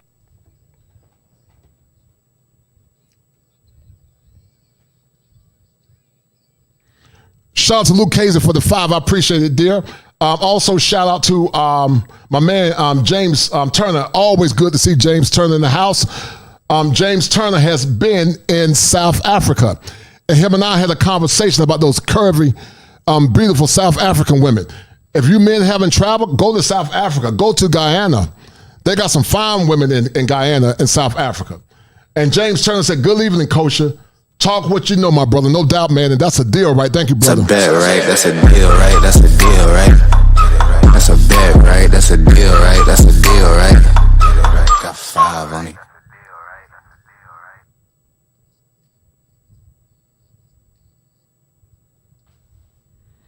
Shout out to my man Gregory Scholar. He said the passport broke conversation helped expose me to the fake women in this space. Yes, sir, Gregory Scotland. It calls men to reevaluate who I support as a content creator. Yes, sir, Gregory Scotland. Listen, Greg, we knew it was going to happen, Gregory, at some point. They always telling themselves. A chameleon is going to always be a damn chameleon. And the ones that say they love black men, they show their face as well. Because once again, a true sister, regardless of her position, would never call another brother a weak and call brothers coons and all kinds of other BS. They just say we will agree to disagree. But once again, they never understood or asked us why we aligned ourselves with another woman from another ethnic hue. It had nothing to do with race. It had something to do with the needs and the lack of needs that men are getting here in the confines of America. But it's all good because once again, guys, this refortified our position about continuing to get them damn passports. Continue to work on yourself until you can get your wife from another country. Because sadly, women, regardless of where you go, gonna be a woman. Don't get it twisted. Women in foreign countries got issues too. But the difference over there, women in foreign countries have been trained to respect and love their men. And they don't have the government that can cause them to be selfish and thinking that they are better. That's why it's best for men to live their lives on their own terms and to do what's right and to stand up for what's right. A lot of you brothers in the manosphere, no disrespect, and I know it's not everybody.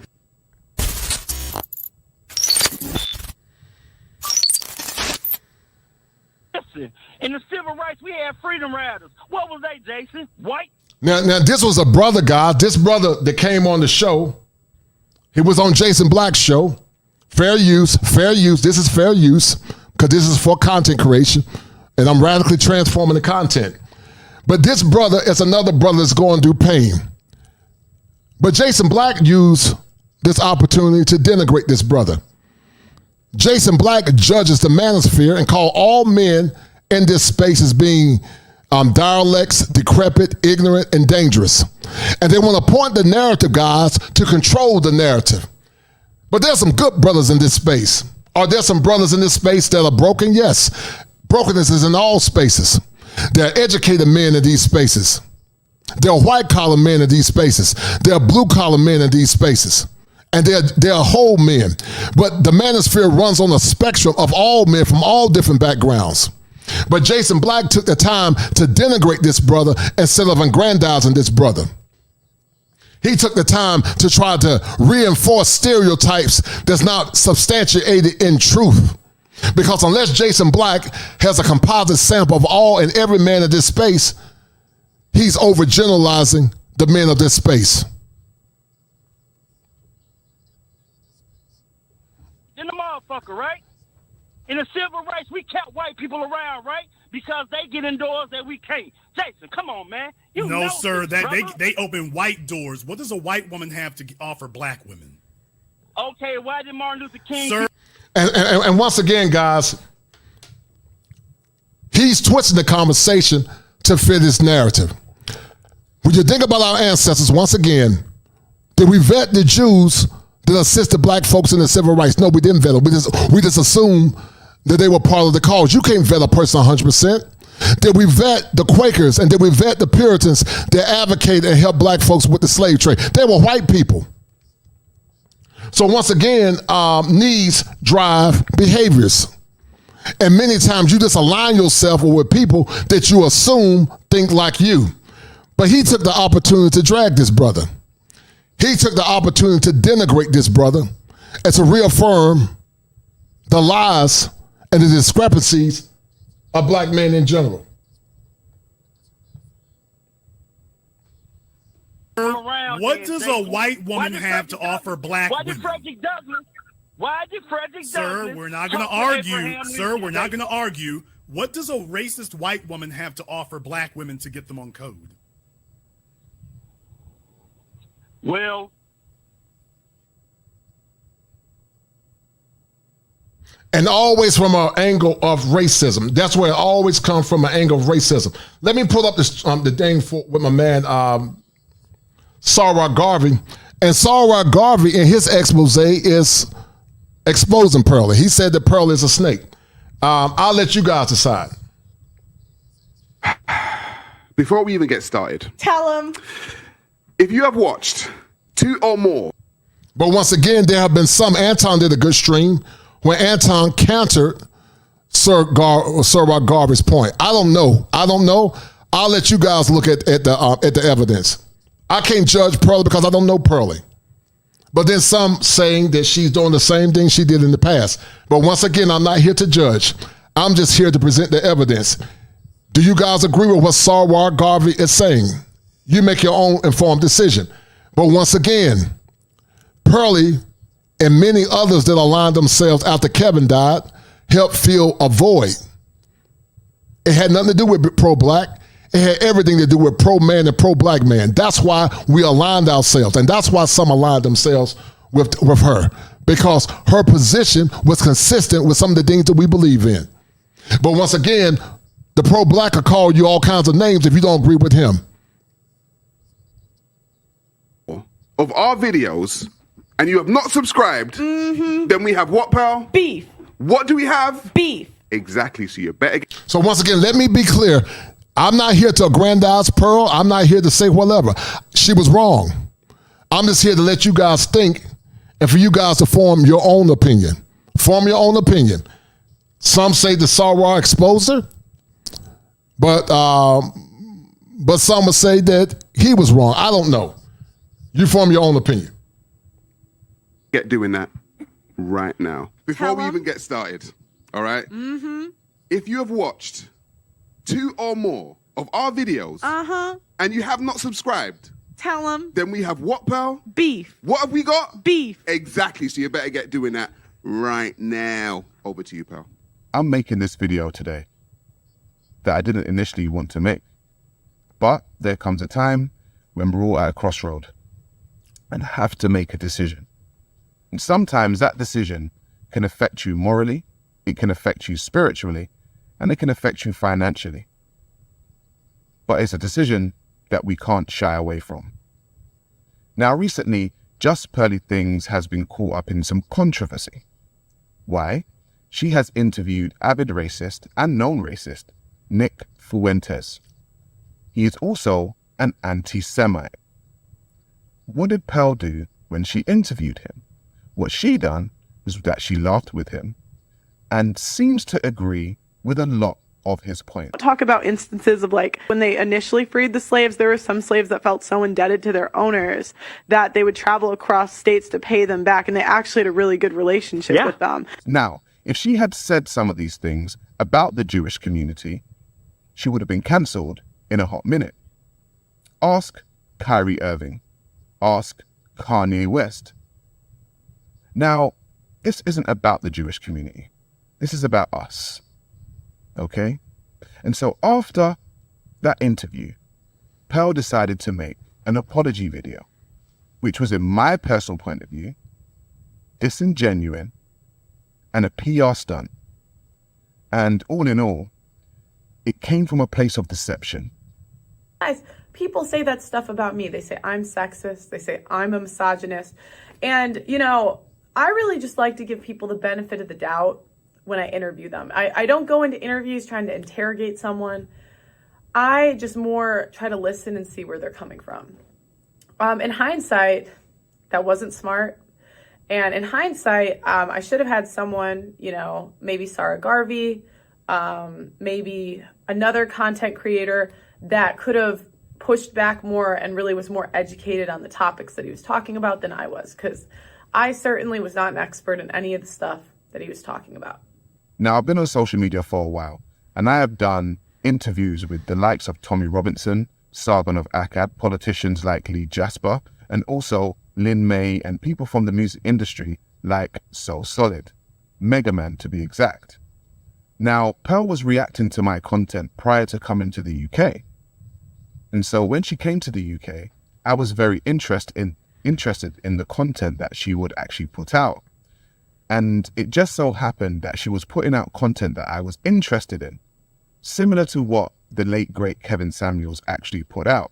And I understand it because I myself had been embroiled in court cases and things of that nature when it comes to the mother of my son, and understand that the gynocentric order in which we live in is something that needs to be spoken about.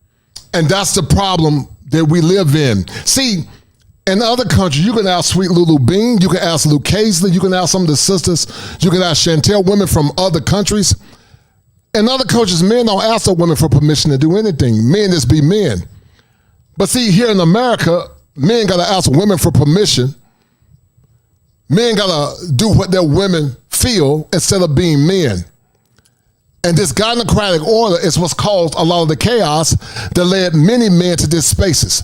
The brothers in these spaces are not pro-black, they're pro-man. But see, the slow taps thought just because we were black, our skin color was black, then we should align ourselves with them. But no, we're free thinkers. We do what we want to do. And either we can agree or we go our separate ways.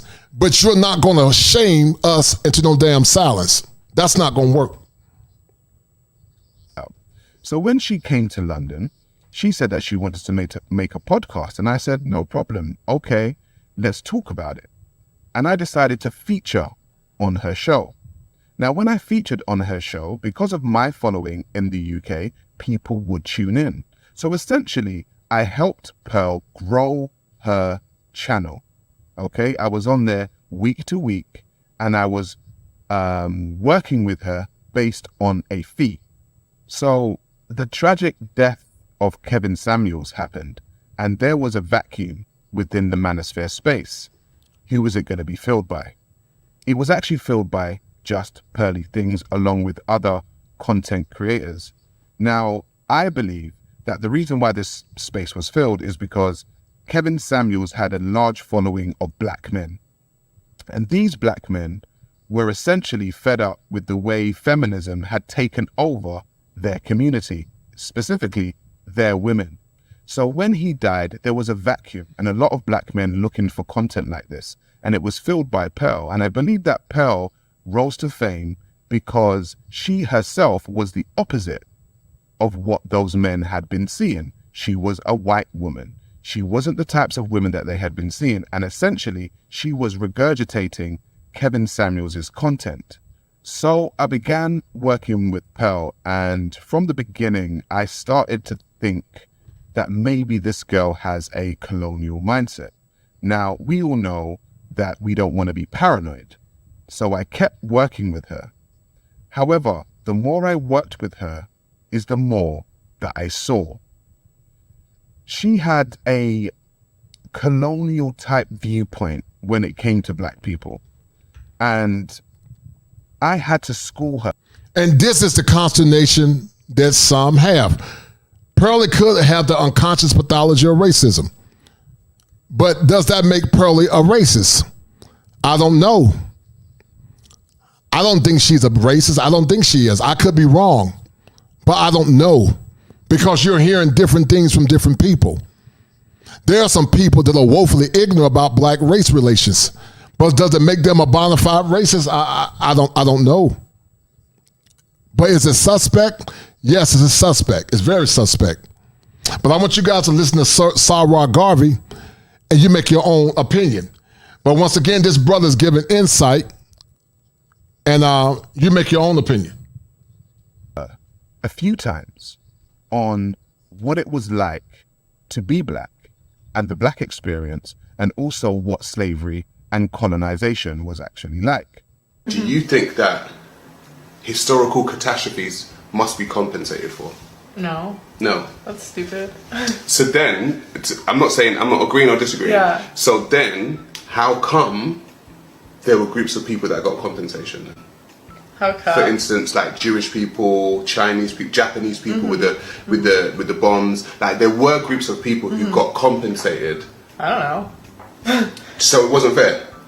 What? Well, I'm talking about like when I think about group, I think about reparations. So I mean, maybe if the people were still alive today, like I don't know, maybe. But like when you said historical, I thought you meant like at the past, not the present. Yeah. So is Pearly just woefully ignorant, like some white people, when it come down to the struggles of black people? Or is Pearly personifying what he would call colonizer behavior? Because some are woefully ignorant, but some might have some unconscious pathologies of racism. You decide. In the past, so like people talk about slavery. So in the past, you know, the Holocaust happened. In the past, you know, the Japanese, but people got compensated for it. Yeah. There's a book, right, called How Europe Underdeveloped Africa. And when you read that book, you realize that the whole Industrial Revolution and stuff like that was started because of the colonization. And you just think, well, if you didn't do that, then you wouldn't be as successful. So, what do you mean by the colonization? So the colonization of Africa, so both the people and the resources, right? There's a direct correlation between the colonization of Africa and the Industrial Revolution. Okay. And so with all the metals and the rubber and all this kind of stuff coming from Africa, it fueled the Industrial Revolution of the West. Wait, so you're saying like in Africa, when you say colonize, you're saying like did England come in and colonize? Yeah, like so European, France, Spain, Portugal, England. And they like enslaved Africans, and that's what you're saying. Okay. So they enslaved and at least colonized the continent. Okay. So when you colonize a continent and then you take ownership of the resources, you're able to gather those resources together and use them to your own benefit. Right. And so you gather those resources, use them to your own benefit and build up your economy, all the while messing up the economy of that actual country. So that video was filmed in 2022. And in that video, what you saw was me attempting to tell Pearl and show Pearl what colonization was like. How people went to another group of people and took their resources and took what was theirs and built their empire off of it. So when Pearl now plays like she doesn't know what colonization is and she doesn't know what slavery is and she says these insensitive statements, in that video I actually attempted to give her a book. It was called How Europe Underdeveloped Africa. I've read it myself. She semi-dismissed that book. She kind of dismissed that book. And then she went on with herself to go and interview a man like Nick Fuentes. Pearl has Africans that work for her. Now, Nigeria has many issues. Now, the disparity in Nigeria has rich and poor people living just on the breadline. And Pearl has these types of people working for her. They edit her videos. They make her thumbnails. So, look what I have here. This is evidence to show how hard my Americans work. No, hold on. You forgot, yeah? This is how hard my white Americans work. Oh, yeah, sorry. They're very hard workers. Yes. I like how they work. My white Americans really work hard. You see that? They inspire us to work harder. No. Do you know what? They don't even inspire. They're working hard for themselves, bro. Oh, okay. You know, they're putting in a lot of work, yeah? They put in a lot of work. My white Americans you guys should work hard. Yeah, you could. So Pearl has taken people on from Africa, which on the surface looks like a good thing. And I guess it is. Africans are being fed. They're taking money from her. They are feeding their family. Amazing.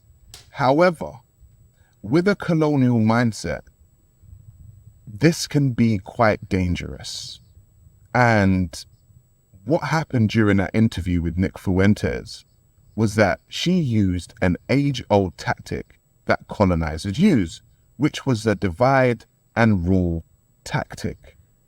She pitted African Americans versus Africans when she spoke about how hard Africans work compared to how hard African Americans work. And she also used the term, my Africans. Much of what Pearl says is determined by her management, which she has said to me on many occasions that she shares with Candace Owens. So when you have a colonial mindset and you have a management who tell you what to say, what generally happens? Do you guys feel that Pearl has a colonial mindset based on the contract? Anton Daniels interviewed Sarah Garvey, and from his evidence, Anton makes it seem as, maybe there were some discrepancies, but there are others that are saying that now she struck his channel 3 times and she's shown herself. I'm just here to present the evidence, and you guys can make your own decision. But once again, warfare is going on, and Pearly, even though she had thousands of millions of subs before, she came into the manosphere or this space, we embraced her, and men embraced her because her message was consistent with traditionalism and traditional men. So if you think she's a racist, hit 1. If you think she's ignorant, hit 2. If you think she's not a racist, hit 3. In my personal point of view, and what I actually saw, was that she began to start paying people pittance. She began to start offering contracts to people that owned them, just like a colonial master would.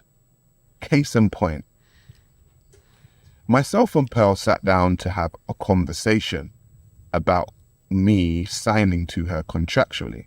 And I want to make this very clear. I have never signed to the Just Pearly Things network. I have always been an independent. Pearl has known that, and I have known that. And so anytime I worked with Pearl, we had agreed a fee, and I worked for that fee. I have never been signed to the Just Pearly Things contracts. However, she has signed a few Africans, namely King Riches and Auntie Jenny. Now, I have no problem with a King Riches or an Auntie Jenny. However, if we look at the contracts that they signed, you would understand the reason why I use the term colonization and colonial. Now, myself and Pearl sat down to have a conversation, and she expressed to me that she wanted to do a new segment for her show. In that segment, she said that she would like me to present a topical news show on a day-to-day basis. So I said, okay, no problem. Talk to me. What are we talking about? And she said she would want me within her studio 4 days per week. I said, okay, from what time? She said from 10 in the morning till 5 o'clock in the evening. And I said, okay, well, that is 7 hours. I said, so working 4 to 5 days a week for 7 hours is essentially a day job. I said to her, okay, so what is my guaranteed fee at the end of the month? What is the salary? And she looks at me and she says, we do not do guarantees and we do not do salaries. So I said, so if you don't do guarantees and you don't do salaries, what is it that you actually do? And she said she does percentages. So I said, okay, cool. Well, what's the percentage? She said, Sarah, you're the high end, so you will get 70-30. So I said, fine, okay, let me listen. 70% goes to me and 30% goes to you. Now she looked at me and she said, no, 70% goes to me, Pearl, and 30% goes to me, Sarah Garvey. And that's when I started scratching my head. And I said, hang on a minute. So are you telling me that's a high-end contract for you? And she said, yes. And I said, so are you saying that Just Pearly Things Network has other people on low-end contracts? She said, yes. I said, King Riches and Auntie Jenny? She said, yes. I said, what's the low end? She said, it's 10 to 15%. So essentially, she could be owning 80% of the content, which is basically the monetized views on somebody's channel and they only take home 15% of the money? She said yes. I said, Pearl, how long are these contracts for? She said 3 years. So I said, let me get this straight. You want to own me for 3 years to take 70% of my ad revenue, keep me in your studio from 10 o'clock in the morning till 5 o'clock in the evening for 4 to 5 days a week, and you are not guaranteeing me any money. I said respectfully, for what reason would I work for your company? She said, because we have a great studio and we have great lighting and we have great editors that will edit your stuff down. Now, I may be a lot of things, but I'm not an idiot. I may be cool, I may be calm, I may be collected, but I'm not a fool. And essentially, the colonial mindset of Pearl has people working on her quote-unquote plantation for absolute pittance, when a year ago, I suggested to her to look into exactly what colonization was, and she acted dumb. Guys, people say that stuff about me. They say I'm sexist. They say I'm a misogynist. And, you know, I really just like to give people the benefit of the doubt when I interview them. I don't go into interviews trying to interrogate someone. I just more try to listen and see where they're coming from. In hindsight, that wasn't smart. And in hindsight, I should have had someone, you know, maybe Sarah Garvey, maybe another content creator that could have pushed back more and really was more educated on the topics that he was talking about than I was, because I certainly was not an expert in any of the stuff that he was talking about. Now, I grew up in a time where there were brilliant R&B girl groups like TLC.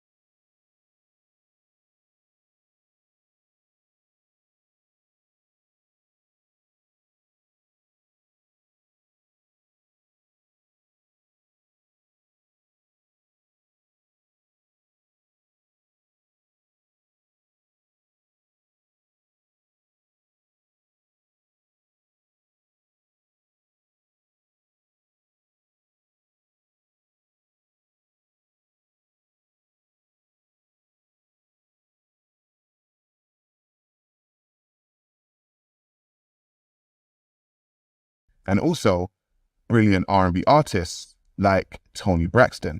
They both sold millions and millions and millions of records, but they ended up broke. Why? Contracts. They were signed to contracts that did not favor them. And essentially, what Pearl is trying to do is come back in with the same contracts and do the exact same thing to the manosphere and do the exact same thing to the red pill community. Why? Because Kevin Samuels left a gap, and Kevin Samuels' fan base was predominantly black men, and Pearl has come in there and attempted to be top of the food chain. I will not be a part of this game, and I will not be a part of this colony. I have always been an independent.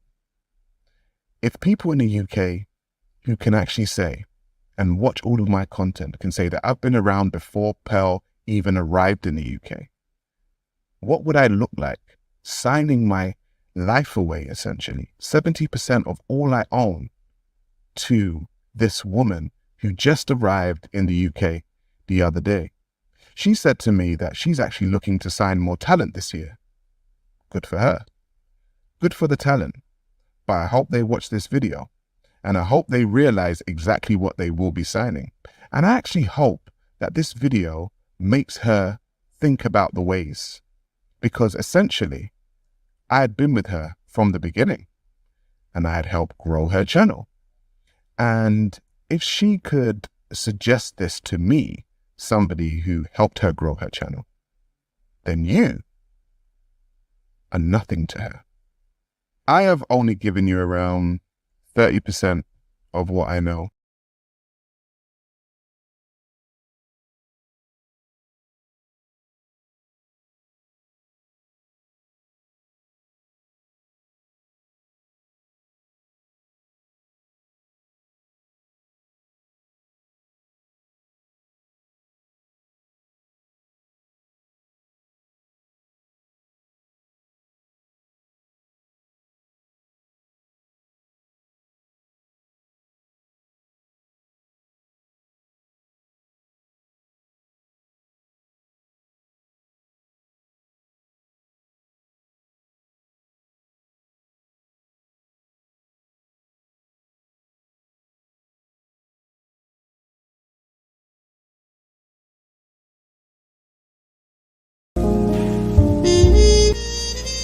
Have you been distressed or perplexed?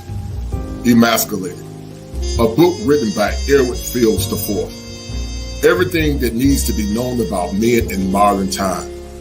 Listen, men are not complex. They are misunderstood and unappreciated. Learn what men really feel, think, and desire. Also observe their struggle for acceptance, love, and belonging. A must read for every man in this classic book by Edward Fields IV, Emasculated. Go get your copy now.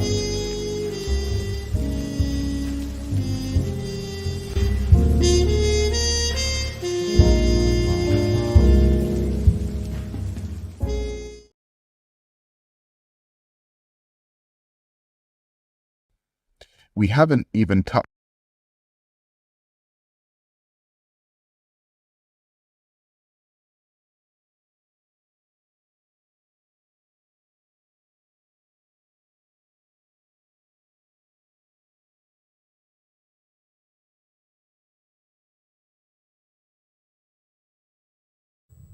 Can you guys hear me now? If you can hear me, hit 1. I don't know what happened with that. If you guys can hear me, hit 1.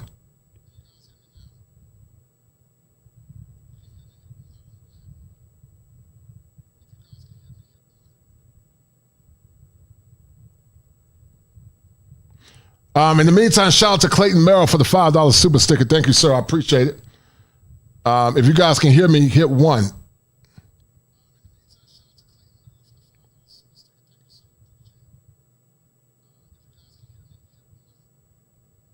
Okay, all right. Thank you, guys. I apologize. On the very odd and weird parties that Pearl likes to invite people to. And I was invited to one last year, and she told me that her manager was coming from America and they were going to have a party. And now some will argue that Pearly has a thing for black men. Some said that Pearly accused a black man in a Me Too situation.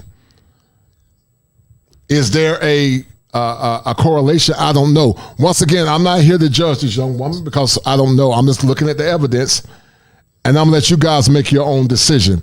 Make your own decision based on what you see. I'm not here to judge her, but some say that she is a racist. Some say she's unconscious, and some say that she's not. That's why these conversations are so important. very interestingly, they said that it was going to be board games. And I said, okay, cool. I don't mind playing Monopoly. I don't mind playing Snakes and Ladders. When I got there and I asked her about the board game, she said, no, a board game. There was a whiteboard in the living room. And what she proposed was that we all have a time on the whiteboard and we do what she says and we talk about certain things which were quite sexual, and we put. Now, that's interesting because once again, you know, some said that Pearly had a desire for a volleyball coach in the past, and she Me Too'd them. And The argument was when he said he didn't want to be with her, she said that he violated her. I'm not saying yay or nay. I don't know. Those are just allegations or accusations. But what do you guys think? Do you think Sarah Garvey is a fraud? If you think Sarah Garvey is a fraud, hit 1. If you think Pearly is upset and try to undermine Sarah Garvey because perhaps she had the hots for him, hit 2. Tell me what you think.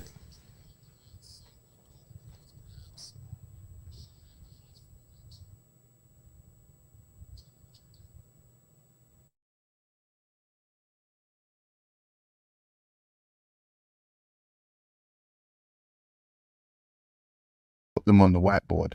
But you know what I saw? I always saw her manager Kobe in the corner filming everything.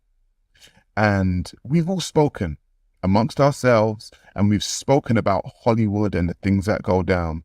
And within that party, what I saw was if people were on that board doing very sexual things and doing things while they were drunk, that stuff was being recorded. But we'll speak about it another time. What do you guys think about what Sarah Garvey is saying? What do you guys think about it? Radarwin Washington said, this is creepy. Is this correlating to the accusations surrounding Just Pearly Things? You guys tell me what you think.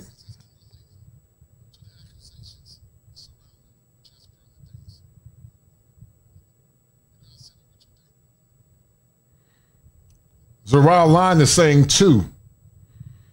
Salty Balls is saying 2.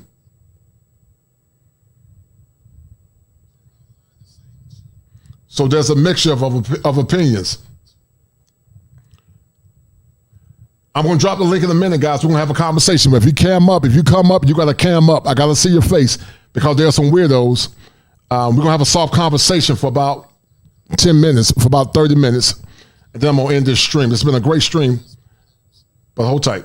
Here, I want to ask the men in here. I want to ask the men in here. Okay. Women, raise your hand if you think women like violence. So what do you guys think about this whole Just Pearly fiasco? I'm going to drop the link. You can add to the conversation. Were you guys shocked about the betrayal? Or did you guys realize that it was going to happen eventually? Live call in.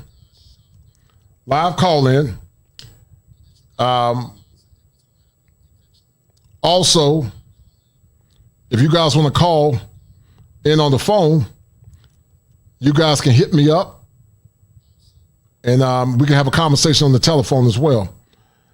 So if you want to call in and have a conversation, you can hit me up at 919-885-4181. Bring it to you live from the greatest state in the Union, the Tar Heel State. Is there a war going on? And what caused this war? And have black men begin to check out because of what they're going through? All right, I see my man Raiden Washington in the house. How you doing, sir? What's going on, brother? How you doing, Coach? No doubt, brother. Thanks I would like to answer the conversation. Yes, sir. Yeah. Like I was saying in the chat, you got 4 different types of ists, quote unquote ists. You got prejudice, you got racist, separatists, and supremacists. Yes, sir. You could be only one of those or a combination of 4. And I've dealt with hold tight, Raiden, hold tight. Go ahead. Yes, sir. Go ahead, Salty Balls. Give me a minute, Raiden. Good name, man. I was like to answer the conversation, Salty Balls. Go ahead, dog.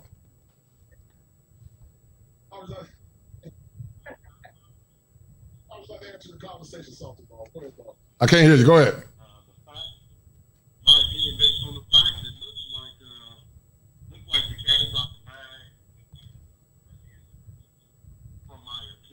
Right. How could you come up in this country, especially the Midwest? She knows all of the dynamic. She knows all the little games that play. I mean, just like the emphasis on British flag. I mean, she grew up here to know enough about the Native Americans. It doesn't seem like she has any problem with that. So, I don't think she's willfully ignorant. She's playing coy and getting caught up with it. It is what it is. Right. I personally think that this is a space that's been here. Can you hear me?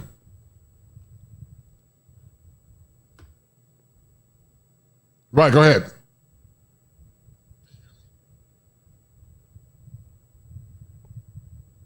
Can you guys hear him? I can barely hear him. All right, hold tight. How about Nick? Can y'all hear him?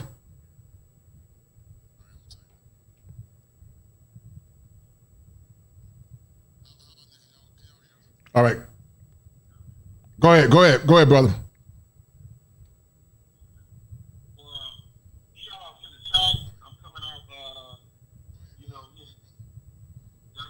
Yes, go ahead.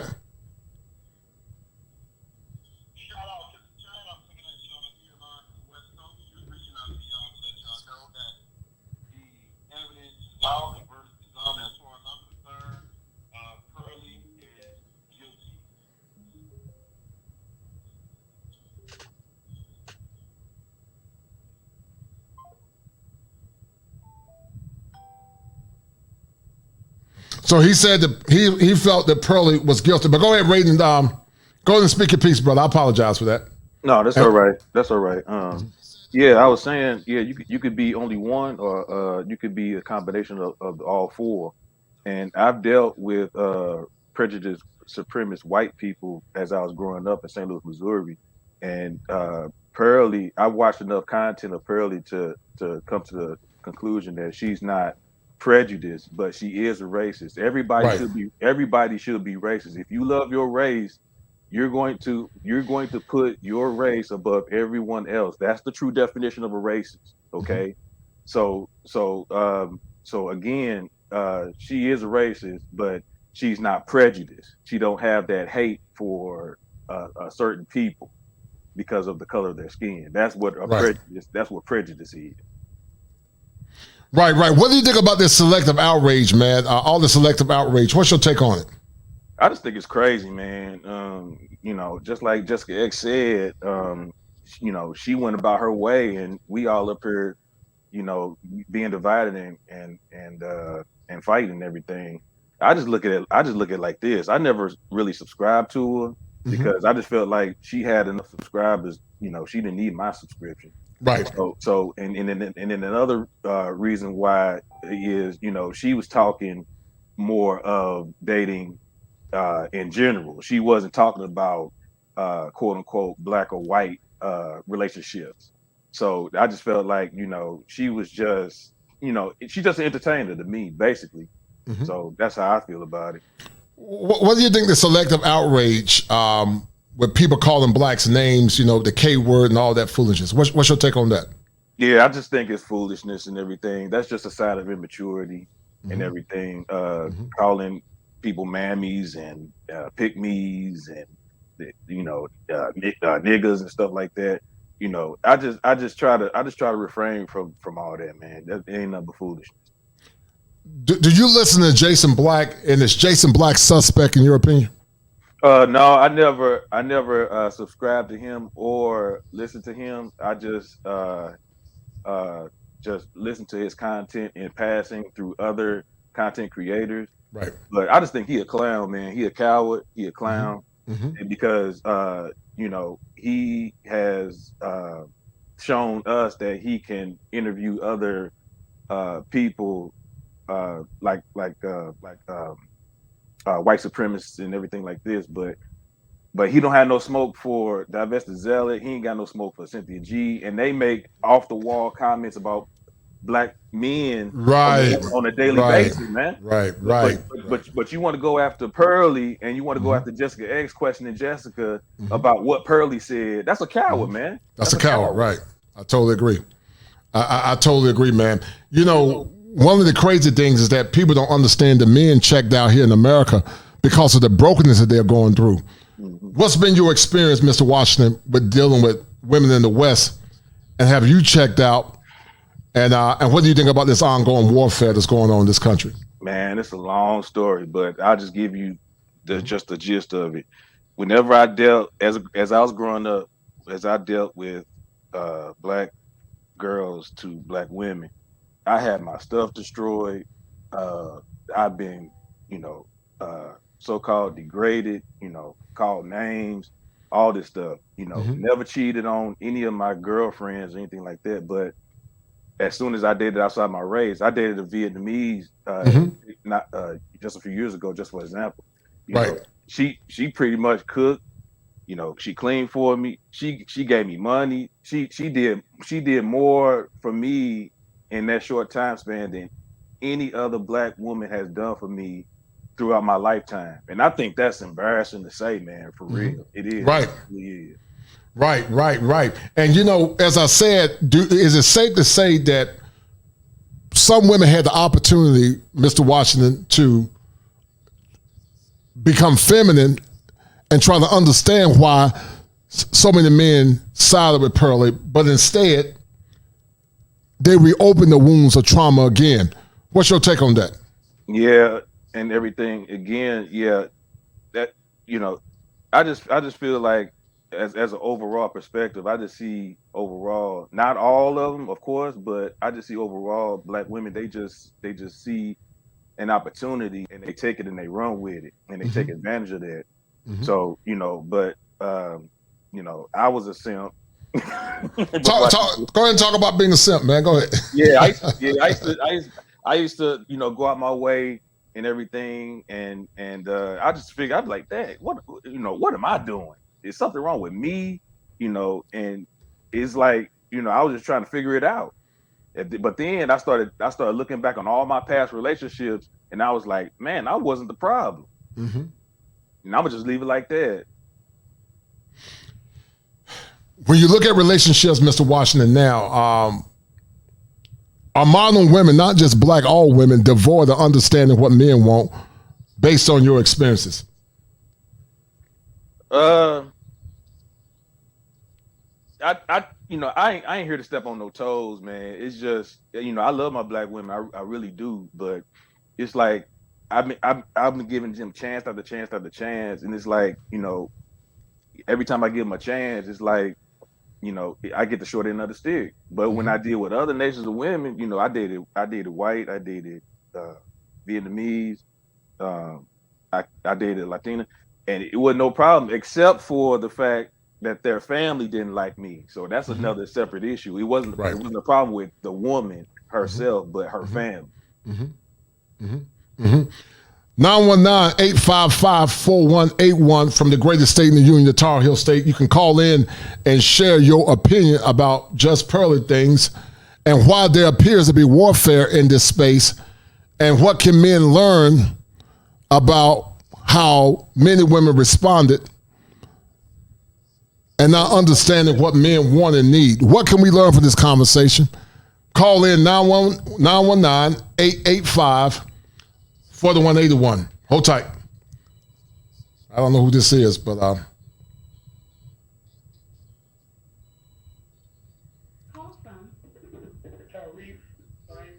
what's your name? Where you calling from? How you doing, sir? I'm doing great. I'm calling from New Orleans. Yes, sir. I saw watching your videos last week. I like to watch O'Shea Duke videos, and he interviewed someone by the name of Andre that was living in Colombia. Yes, sir. And I started looking at Andre videos. And I saw you. Right. And you started breaking down about things, how dudes will go to the street by simping. Right. And how it's a clinical condition. Right. And I was like, wow, that's deep. And I said, wow, I got to start following this brother because it seems like he knows what he's doing. Right. To give you a little brief history of myself, I'm a blue collar worker. Right now, I'm I'm going through something with the federal government. I'm trying to, get a lawsuit going with the VA in Houston. But other than that, once I get back on my feet again, I would like to travel the world. Right. I would love to go to South Africa. Yeah, I'd like to go to South Africa and Brazil. And how do one go by that going out of state and dating women from other countries?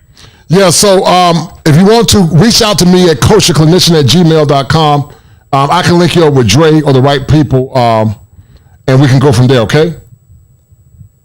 Thank you, brother. I appreciate it. I'm going to donate to you. Thank you, brother. I appreciate it, man. Thanks for calling in. All right. So anybody else want to come in and add to the conversation, guys? Any of the sisters want to come in and add to the conversation? Some of the guys said they can't hear, so anybody else want to come in and add to the conversation? Any of the sisters want to call in? You guys can call in. Are you dating now, Mr. Washington, in America? You're no longer dating. Right now, I'm just focusing on getting my passport, Coach. I'm in a little bit of debt right now.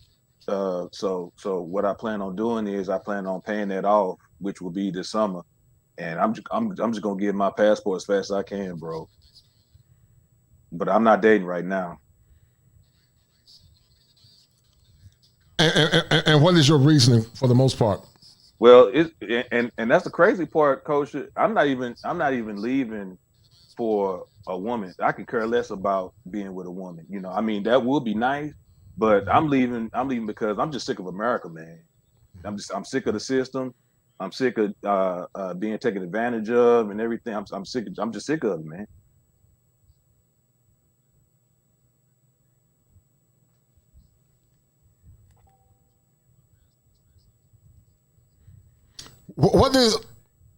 Yes, sir. What did this whole thing teach you, Mr. Washington, about dating and women in modern times? What did it teach you? It just taught me to, don't wear my heart on my sleeve all the time, and just take things for what it is. I don't mind hypergamy, but just don't take unfair advantages of the game. You know what I mean? Just like I was telling on the Chantel Simone show, women they shouldn't even be vetting for their mate. The men of the family, like her father, her brothers, her uncles, they should be vetting for your men because women are going to take the wrong approach into finding their mate. Right.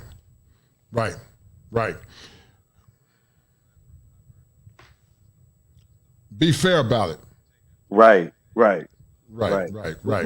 Women are caught up on looks and everything, but they really don't see like the qualities in a man, and they'll bypass the red flags of a man just off of a man's looks. Right. And that's dangerous. Right. Well, both sexes do it. Men do it sometimes too, but you're correct though. I do agree with you. Both sexes do it, but but with women, it's a much harsher penalty that they got to bear. Mm-hmm. What do you think about the condemnation that Jason White and so many others try to paint about men in these spaces? They always try to paint men in a negative light, like they're stupid, they're or whatever. What's your take on it? The way they try to paint brothers in this space. Who? Jason Black? Jason Black and others. They always think manosphere guys are weird, odd, can't get women, all that goofy stuff. I just think they opportunists and they bag chasers, and I agree. They'll just ride the wave just to just to get paid. Right. And to be honest with you, I don't even think they know what they even talking about half the time. Mm-hmm. But half the time, Jason Black, he not gonna show up to spaces like these because we too real for him. Right.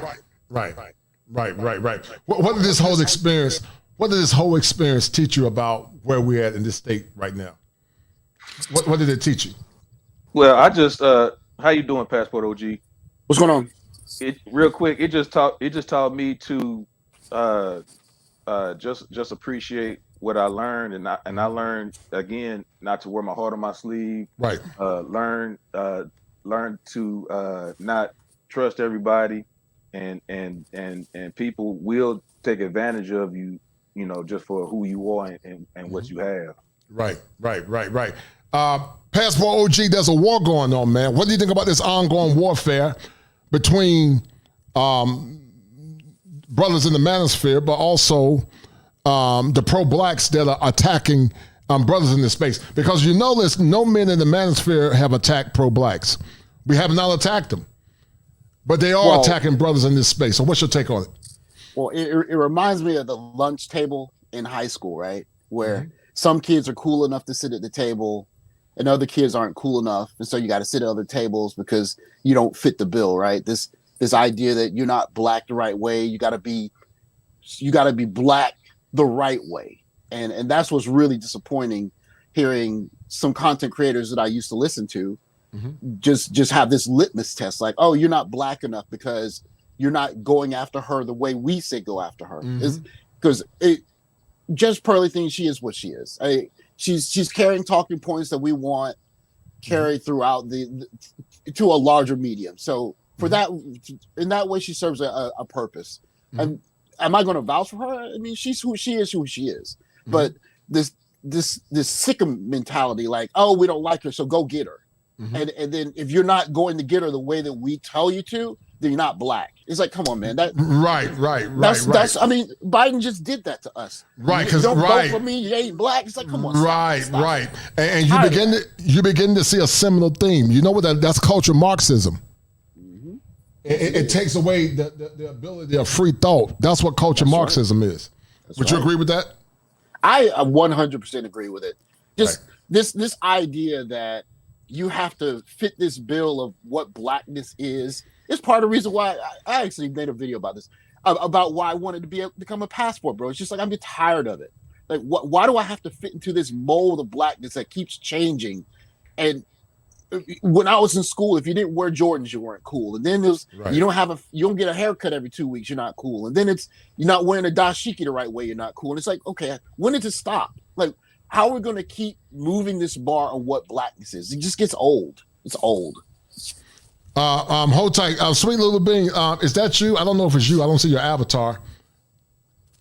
Can you, is that you there? I just need you to speak. Sweet Little Bean, is that you? Hello? Hold tight. Sweet Little Bean, is that you? If that's you, I just need to hear your voice, dear. Hello? Where do we go from here, Passport OG? Do you see the movement getting stronger and growing stronger because of it? Well, you mean the movement? Which movement? You talking about the Black Manosphere, or are you talking about the pro-black, or which movement you mean? I'm talking about the whole Black Manosphere and in general, where it's going. Well, I think in terms of the Black Manosphere, I think the reason why it's here and the reason why it keeps growing is because it's filling a purpose. Like, guys need need answers for stuff that they keep finding. Like, you're just talking to is it Radarin? Am I saying that right? Yeah, Radarin, right. Radan. And he's talking about how, in your dating, he's dating and he's just coming after dead end after dead end, and it's not working. And, you run into people that say, oh, you got to get game, you got to get some muscles. It's like, come on. It's got to be something else besides me losing my mind here. And that's what keeps growing in space. Hold tight. Sweet Little Bean, come on back up. I just need to make sure it's you. I had a weirdo up here the last time. Try again, Sweet Little Bean. That wasn't me. That wasn't me. Real quick. Go ahead, brother. Hey, Passport G. It's not just that, but I've seen good-looking guys better than me having trouble obtaining women. I mean, muscles. They got money. They got nice cars, nice cribs, and they still having trouble. So I was what's going on? Or who is the lady that just divorced the lawyer? I can't remember her name. She's the one that was on the Next Top Model lady, and she marries a lawyer, and 5 years in, she's leaving him, talking about I need child support and all this other stuff. And it's like, come on. Like, if a lawyer's having trouble getting it right, then come on, what is it average person have. We don't have a chance out here. That's what's Right. growing in space. It's Right, what's growing right. in space is that people are running into these obstacles, and they're like, "Am I crazy here?" And it just feeds people into the space. Right. Saul, King Saul, how would you like to add to the conversation, brother? And Lulu, try again, sweetie. Come back on again. I don't know what's going on. Oh, this Salty coming at y'all live from the West Coast. Just checking in. Right. How would you like to add to the conversation, brother? Hey, the verdict is out. It is what it is. She's as good as old girl. With the whole OJ situation, she needs to go. She needs to get up out the house. As far as she's concerned, to keep it 100. I mean, she did her damage or whatever the case may be. I don't think she was willfully ignorant as far as she goes. I think what needs to happen, there's a couple of things that I'm observing. One is that this could essentially be a phase change. Lesson learned, gatekeep a little more, vet individuals or whatnot, look at their habits, their behaviors, and their tendencies or whatnot. I mean, okay, yeah. I mean, she's a tool and a tool for us. Let her be a mouthpiece or whatnot.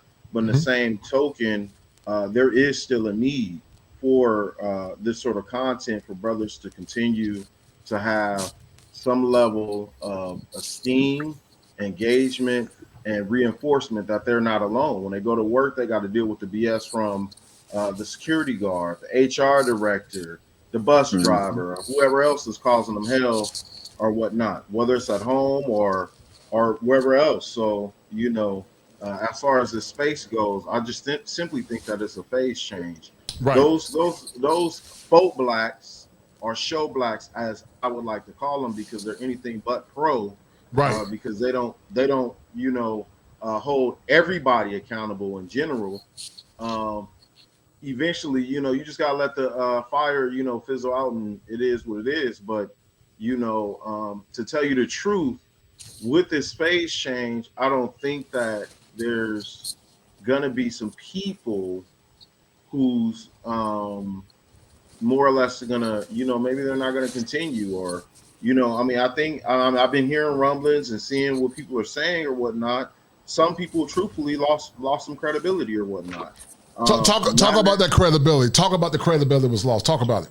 Well, the blind endorsement and continuing and doubling down or whatnot. The problem with that is, just admit that, that there was some level of, misguidance, and, people get hoodwinked. When we overcommit with our egos and stuff like that, people lose your trust. People lose your trust and judgment or whatnot, And I think that's going to be a big part of the phase change, unfortunately, to be real with you.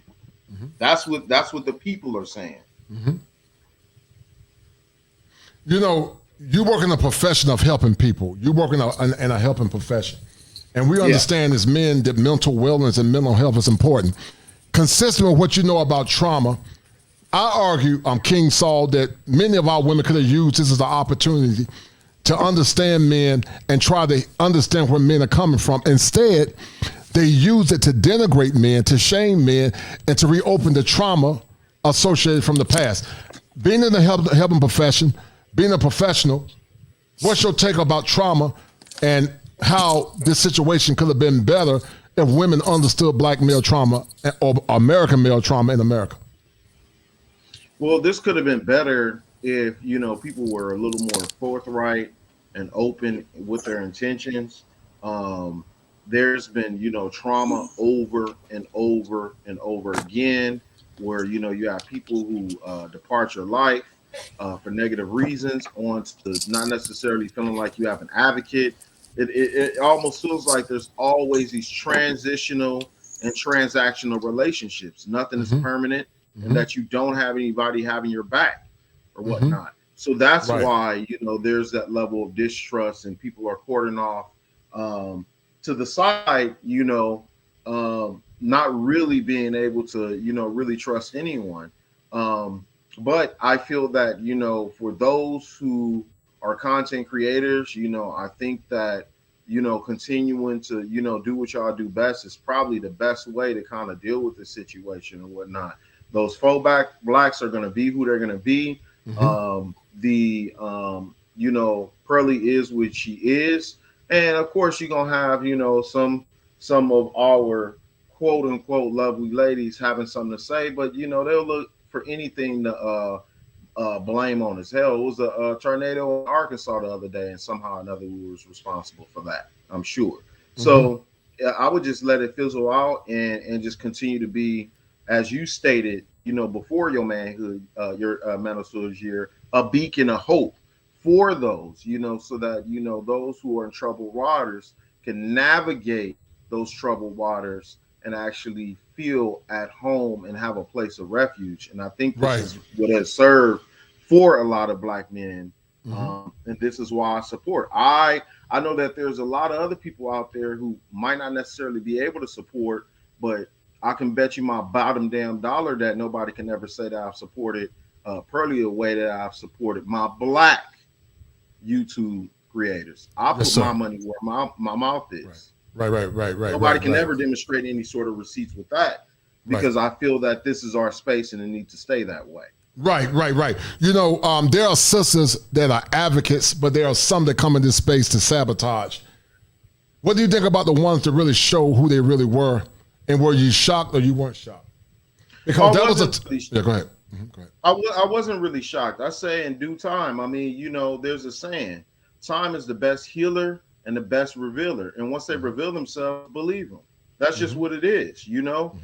People, you got to ask yourself, what is this person's interest in being here? That's what you got to ask yourself. What is there to gain? Okay. Is it altruism? Is it ego? Is it, access to the peen? What is it that there is to gain? And actually, some people, on the other side of it, have brothers. Some people have male friends. Obviously, they were born, so they have fathers, or whatever the case may be, or they see this stuff and it's just simply on principle. And that's very rare. There's a few I can speak of, but one in particular, and I think we all know, the Honorable Crimson Cure. That lady is, I don't see any or haven't seen any level of self-interest whatsoever. She was married. Unfortunately for her beloved husband, he passed away. But she continues day in, day out, preaching the good word to, try to hold the sisters accountable. And that I can respect, No doubt. Sister Lulu, how you doing, sweet? It's been a minute. How would you like to add to the conversation? We're going to end the stream in a minute. But how would you like to add to the conversation, dear? Always a pleasure to hear from you. I had to be extra careful because I had a weirdo, so I had to be careful. But go ahead, dear. How would you like to add to the conversation? I am so sorry that I've been away. But yeah, I'm back. I'm feeling much better. Great. And once again, you don't know how powerful your platform is, Kosher. Thank you, dear.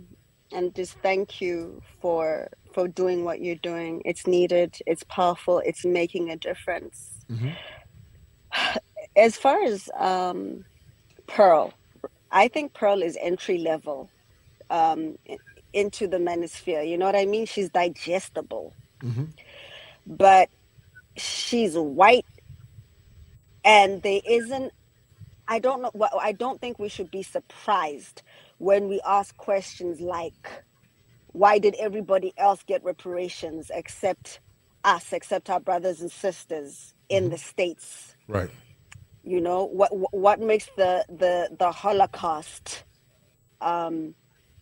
more, I don't know what the word to use is. I don't think we should be expecting white people to understand, especially when it doesn't benefit them. Right. Do you know what I mean? A person Right. like Pearl, a white person, a person of another race, has to consciously be interested, consciously want to make an effort. And we can't expect other people to want for us because they're not us, and they've been benefiting from our situation. So, yeah, she's 26, she's white. If she can get us at a cheaper rate and she can exploit us, that's what she's going to do, because that's who we are. We play basketball for these people. We play football for these people. We sing for these people. Mm-hmm. And they don't see us. And just because they get attracted and they can sleep with us doesn't mean that they can relate to us. So I think people should stop looking for other races to relate. In terms of race, right? It is important for me as a Black woman to hear Black men like you tell me what you're going through. Right. Pearl can only speak to certain aspects. And remember, she's getting it from Kevin, who's a Black male anyway, and she's getting it from the lead attorney, who's a Black man anyway. Mm-hmm. So she's regurgitating what she's had from the Black manosphere. And now that having that guy on, that racist guy on, Pearl, well, it was a marketing strategy, using us to get in, using us to start her platform.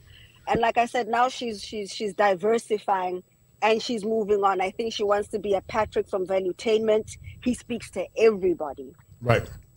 So she's about business, but I do think we need to get back to the business of making sure that the voices that are highlighted are Black and male. It is important for us, where we are in the infancy of the Black manosphere, to hear from Black men.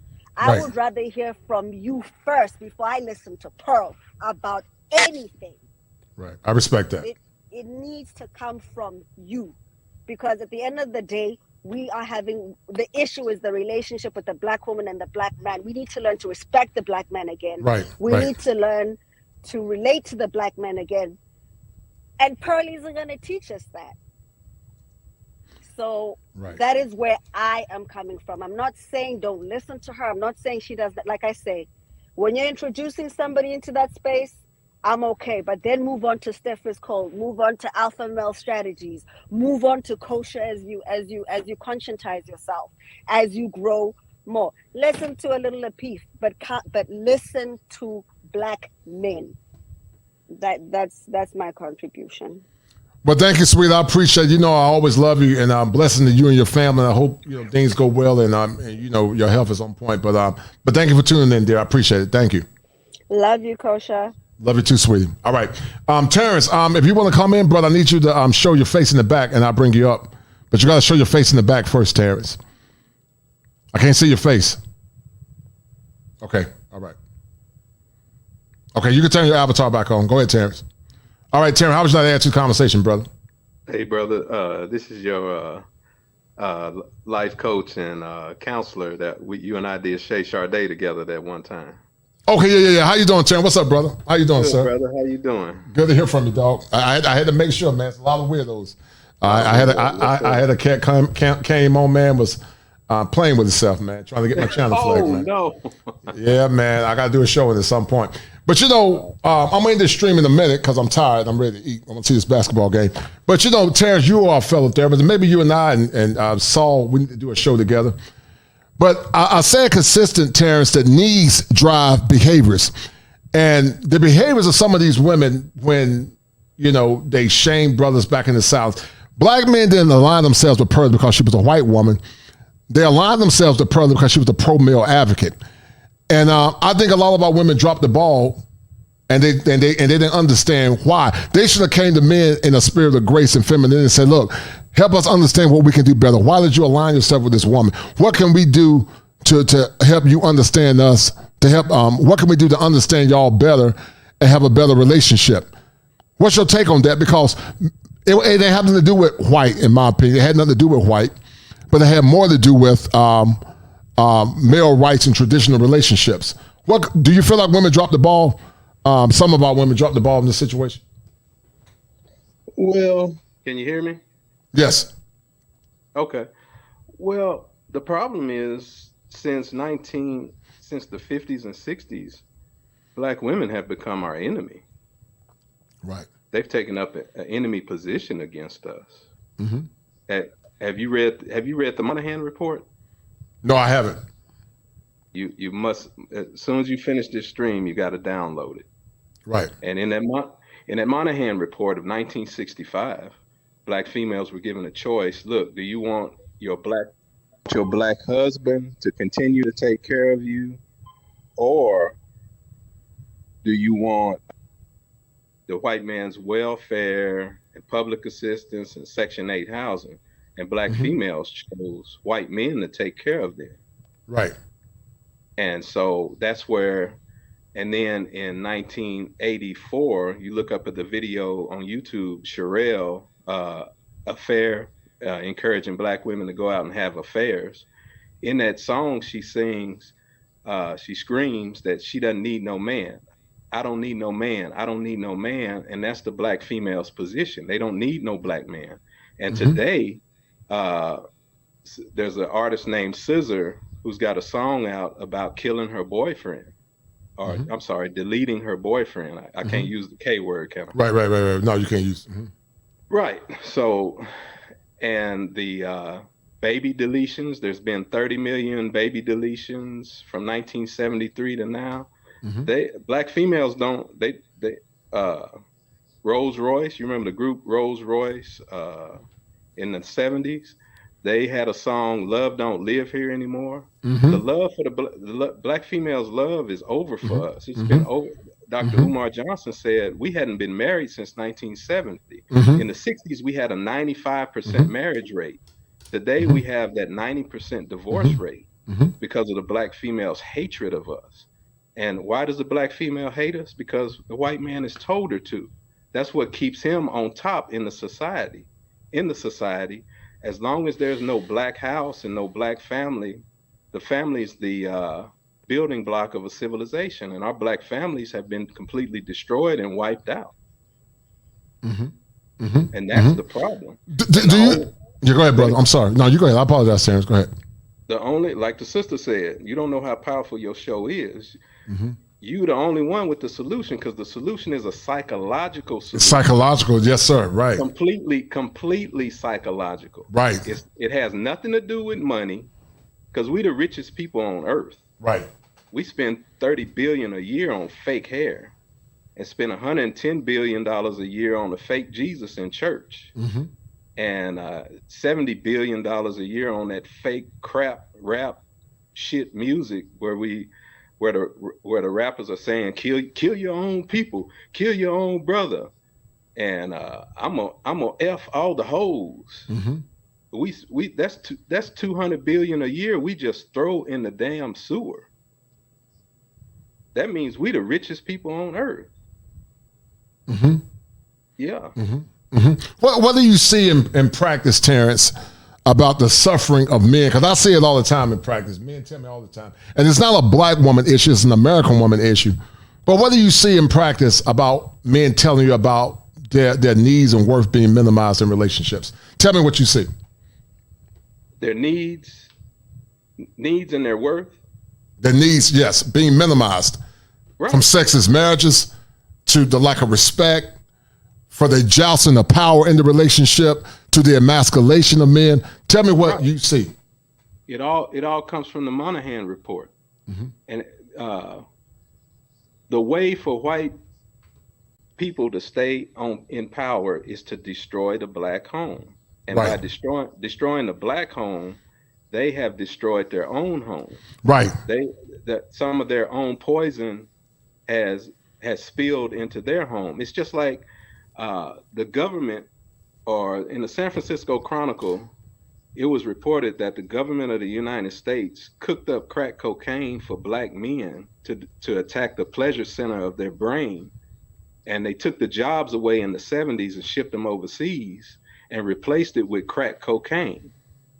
Crack cocaine was a $400 billion industry per year in the 80s.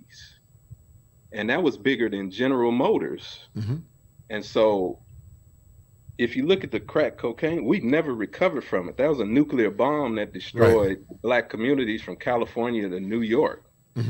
And crack cocaine was sent by the government to destroy the black community. And what this is a sowing and reaping universe. This is a yin yang universe. Right. What you do to somebody is going to come back to you. Right. What happened in the white community? You see,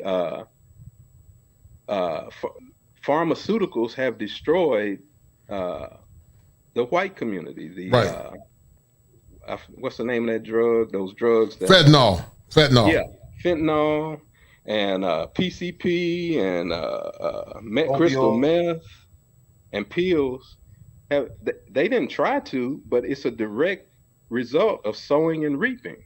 It's a direct result of what your mama and what your grandma and what my mama and what my grandma said. Boy, what goes around, what comes around. And it came back around to bite them in the ass. And the same thing has happened with the destruction of the black family and the destruction of the black relationship. We know about the toy called the boomerang.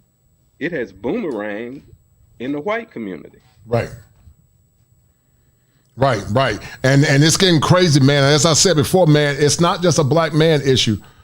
This is happening all over the world. White men are catching hell from their women too, man. Right. They are catching hell, man. Right. And it's unfortunate, man. It's unfortunate. And that's why I do what I do, man.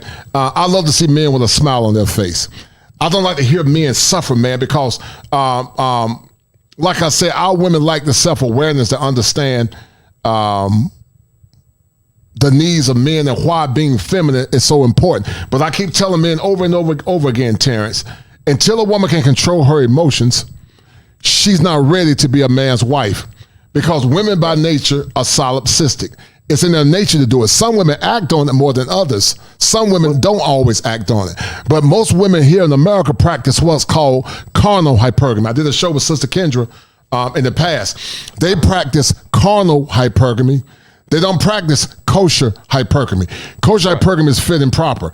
They practice carnal hypergamy, and that's a problem, man. And that's why we need to have a conversation to eradicate the issues that we're seeing now. Right. And see, black people only have one problem, and that's a lack of self-love. It's self-hatred. And the only way to heal self-hatred is with what? Self-love. Right. There was a brilliant brother on here. He probably still on here. He touched on it earlier.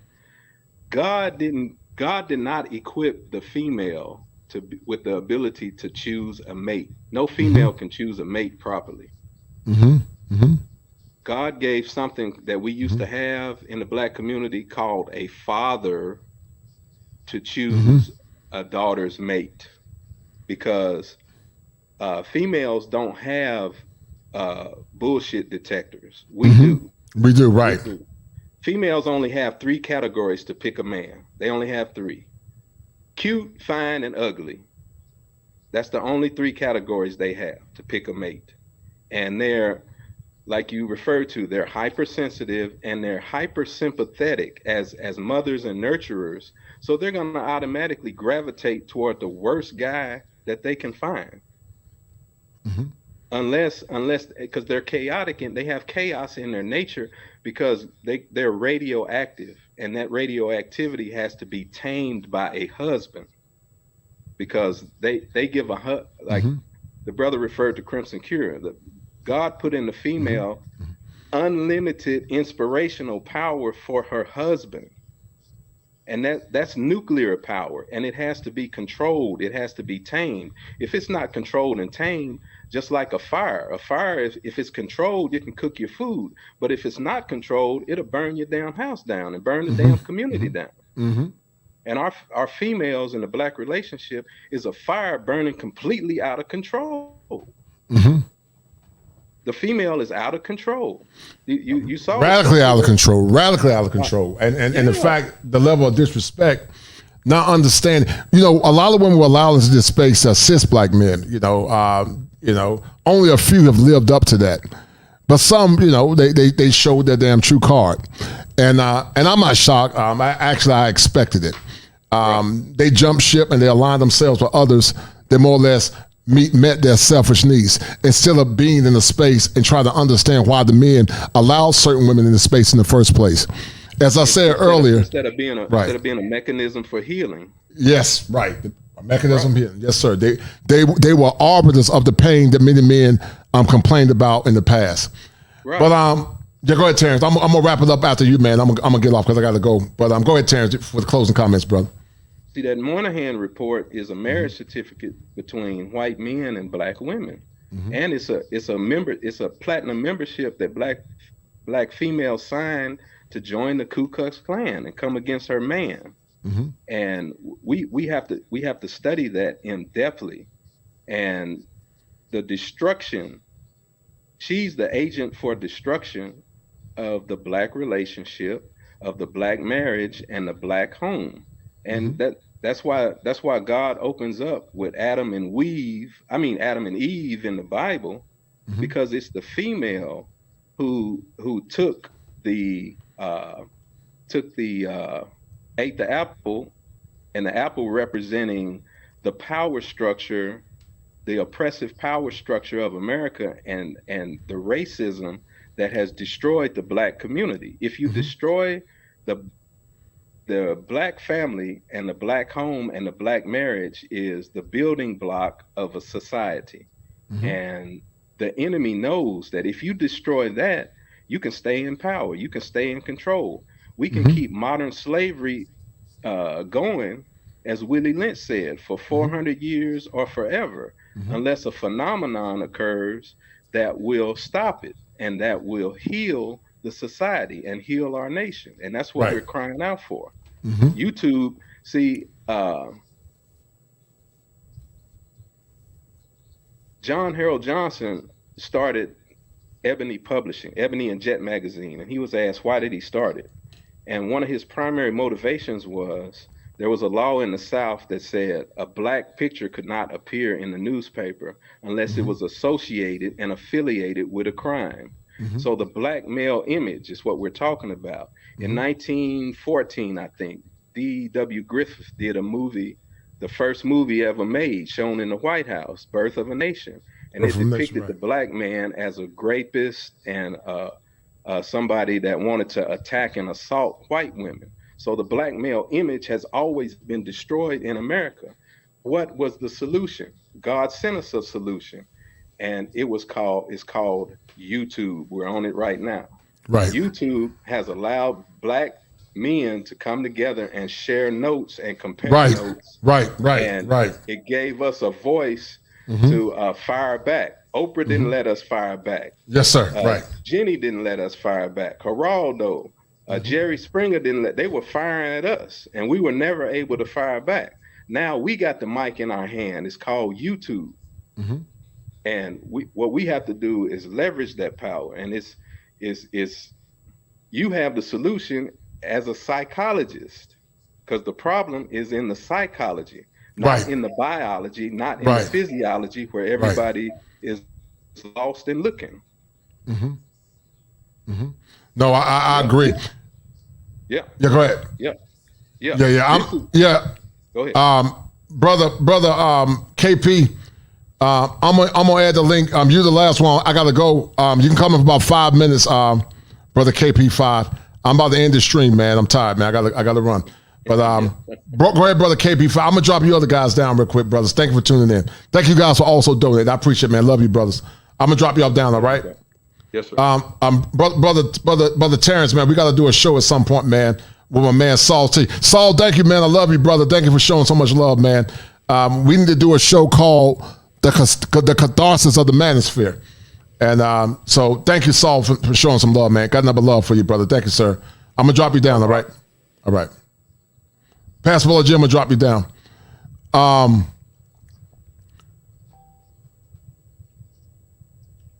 Go ahead, KP. I'm about to end the stream, dog. All right, go ahead, KP. About 3 to 5 minutes. I gotta go, man. Go ahead, KP. How you doing, sir? I'm good, Coach. Can you hear me? Yes, sir, brother. How would you like to add to the conversation? Thanks for Terrence for what he said about D.W. Griffith's movie. What was the woman that they used to bring down the Birth of the Nation movie that was really important for black men to see? That was recent.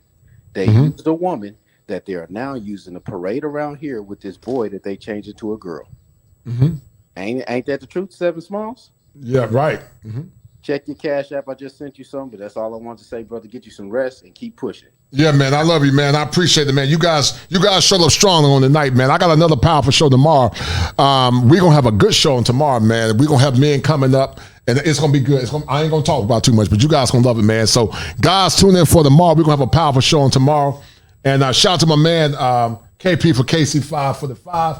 I appreciate it. Much love and blessings, man. That's a deal, right? So thank you, man. Thank you for the love and support, brother. Thank you, sir. All right, guys, this has been a good one. This has been a good one. There's a war going on in the space called the Manosphere, started by Obsidian, O'Shea, and also the Angry Man. And while some don't associate themselves with the space, that's fine.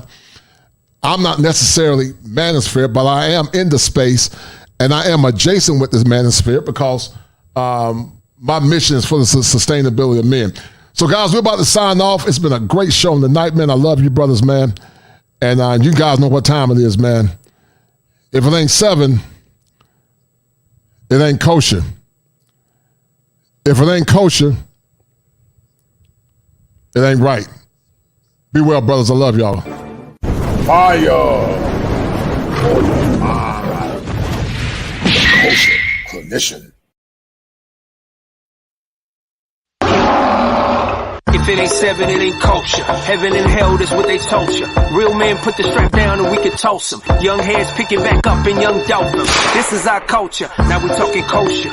Clinician, masculinity issues, absent fathers who miss you, mama drama don't kiss you, all a part of the ritual, this is how they get you, separate the men, women, clipping babies pretend to, damn, lovers, haters, acting like vultures, if it ain't 7, it ain't kosher, if it ain't kosher, ain't right, gotta divorce us, if it ain't 7, it ain't kosher, if it ain't kosher, ain't right, gotta divorce us, if it ain't 7, it ain't kosher, if it ain't kosher, ain't right, gotta divorce us. This is kosher condition. 7 wonders, the whole world gotta listen. This is kosher condition. 7 wonders, the whole world gotta listen. This is kosher condition. 7 wonders, the whole world gotta listen. This is kosher condition. 7 wonders, the whole world gotta listen. Listen. Then said he unto me, Then the Lord said unto me, Prophesy unto the wind. Preach unto the wind. Prophesy, son of man. Preach, son of man. And say to the wind. And say to the wind. Thus saith the Lord God. Thus saith the Lord God. Come from the 4 winds. Come from the north, south, east, and west. O breath. O breath. And breathe upon these slain. And breathe upon these dead bodies. That they may live. That they may live. So I prophesied as he commanded me. So I preached as the Lord commanded me. And the breath came into them. And breath came into them. And they lived. And they lived. And stood up upon their feet. And they stood upon their feet. An exceeding great army. An exceeding great army. That wind, and preach to the east wind, and preach to the west wind, and tell the wind to blow on these bodies. And the preacher started preaching, said all winds, all 4 winds, said blow on these bodies that they may live. And when the preacher started preaching, the wind started blowing, and all of those dead bodies, they came alive. The Bible said, and they stood up on their feet, an exceeding great army. But I heard the preacher said to them, you've been here long enough. You've been down in Babylon long enough. You've been dead and dry long enough. You've been separated long enough. Now let's come out of this valley. Let's go back to Zion. I heard him say, follow me. It's time now for a new beginning. Enough is enough. It's time for a new beginning. Come on and follow me. I heard them singing, and they started to Jerusalem. We are marching to Zion.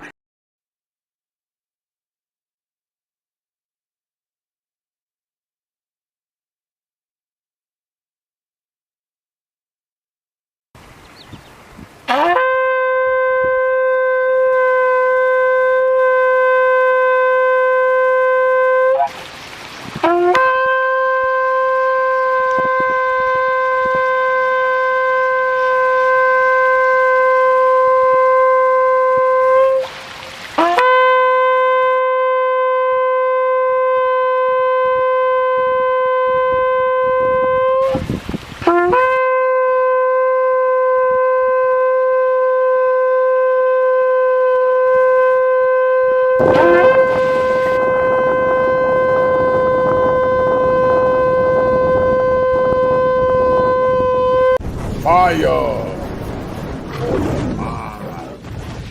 The kosher clinician.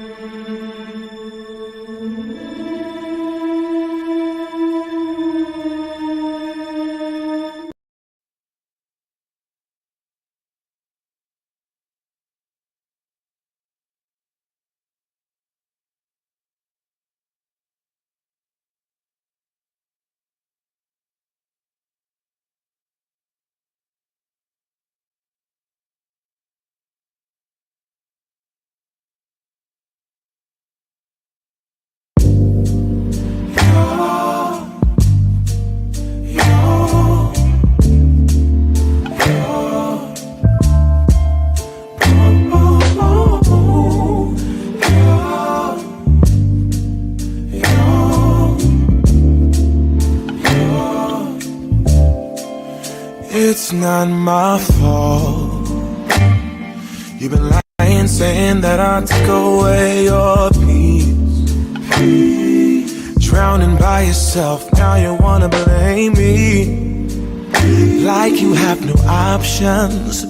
I ain't take your options. Nah, I'm not the problem. Man, that's on you, yeah. You've been terrorizing me, yeah, I'm always wrong. I knew you lost your mind when you dropped that bomb. Girl, are you crazy? Yeah, you must be crazy. I've been thinking lately it's you. You stole your peace, put it on me. But baby, it's you. Lie like a rat, but take your stuff back. Baby, it's you.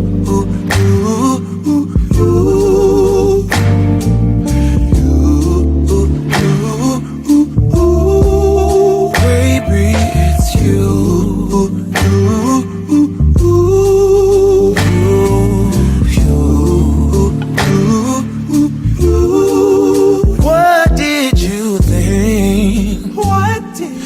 Say whatever and I would never hear. You've been flexing everywhere. Girl, look in the mirror. Man, you so dirty. Yeah, you look so dirty. You were never worthy. Lately it's you. You stole your peace, put it on me. But baby, it's you. Lying like a rat, but take your stuff back. Baby, it's you.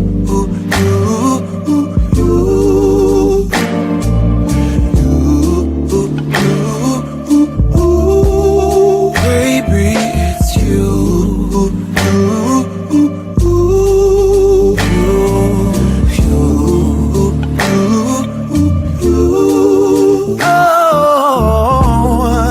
If I control the weather, then every day would rain on your parade. Shine, you can't change, yeah. If I was Father Time, then I would change the day.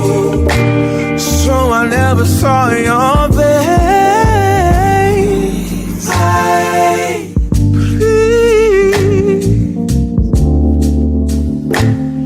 What do I have to do to make you go? Oh, baby, it's you. It's you. It's you. It's you.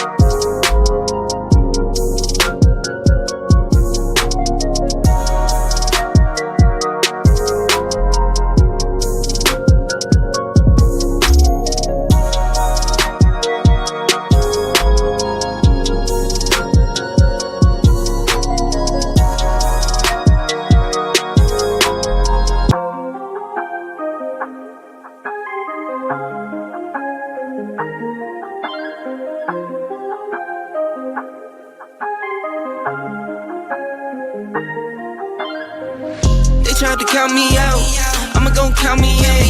Fill up my bank account, now I got something to spend.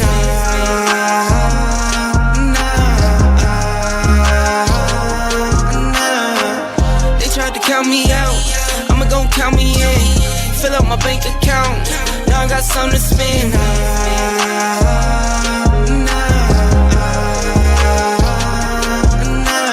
1, 2, 3, 4, 5, 6, 7, 8. I just pull it out and count for nothing when I'm feeling great. Give my baby little more just to spend it, and I'm always on go, I don't hesitate. Used to always know I make it, yeah. I'll be me until I'm in the grave, yeah. See my record, had to set it straight, yeah. I make the kid like 10 times 10. I got wires coming in, some in euros, some in sec, some in dollars, some in yen. I've been trying to keep my zen, keep my cool. Trying to keep the family fed, get my food. They tried to count me out, I'ma gon' count me in. Fill up my bank account, now I got something to spend.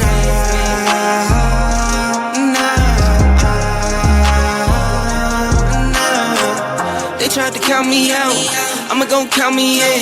Fill up my bank account, now I got something to spend.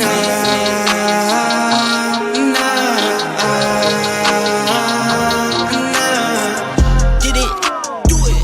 I did it all, no gimmicks. I did it all, no fibbing. Now I got all these children, now I got all these clones. Now I got all you twinning, now I got all you thinking like all you winning. They tried to count me out, they tried to fill that doubt. They tried to ride my whip, they tried to knock me out. They tried to count my wins, they tried to show my L's. They tried to make me in, they tried, but where they now? Where they? Step in the spot and they stare at me. All of these battles will bear me. I swear that nothing compares to me. Feeling blessed, I won't stress. Beat the odds, you know the rest.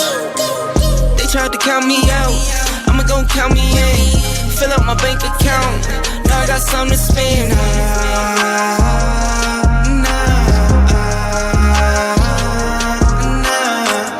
They tried to count me out, I'ma gon' count me in. Fill up my bank account, now I got something to spend.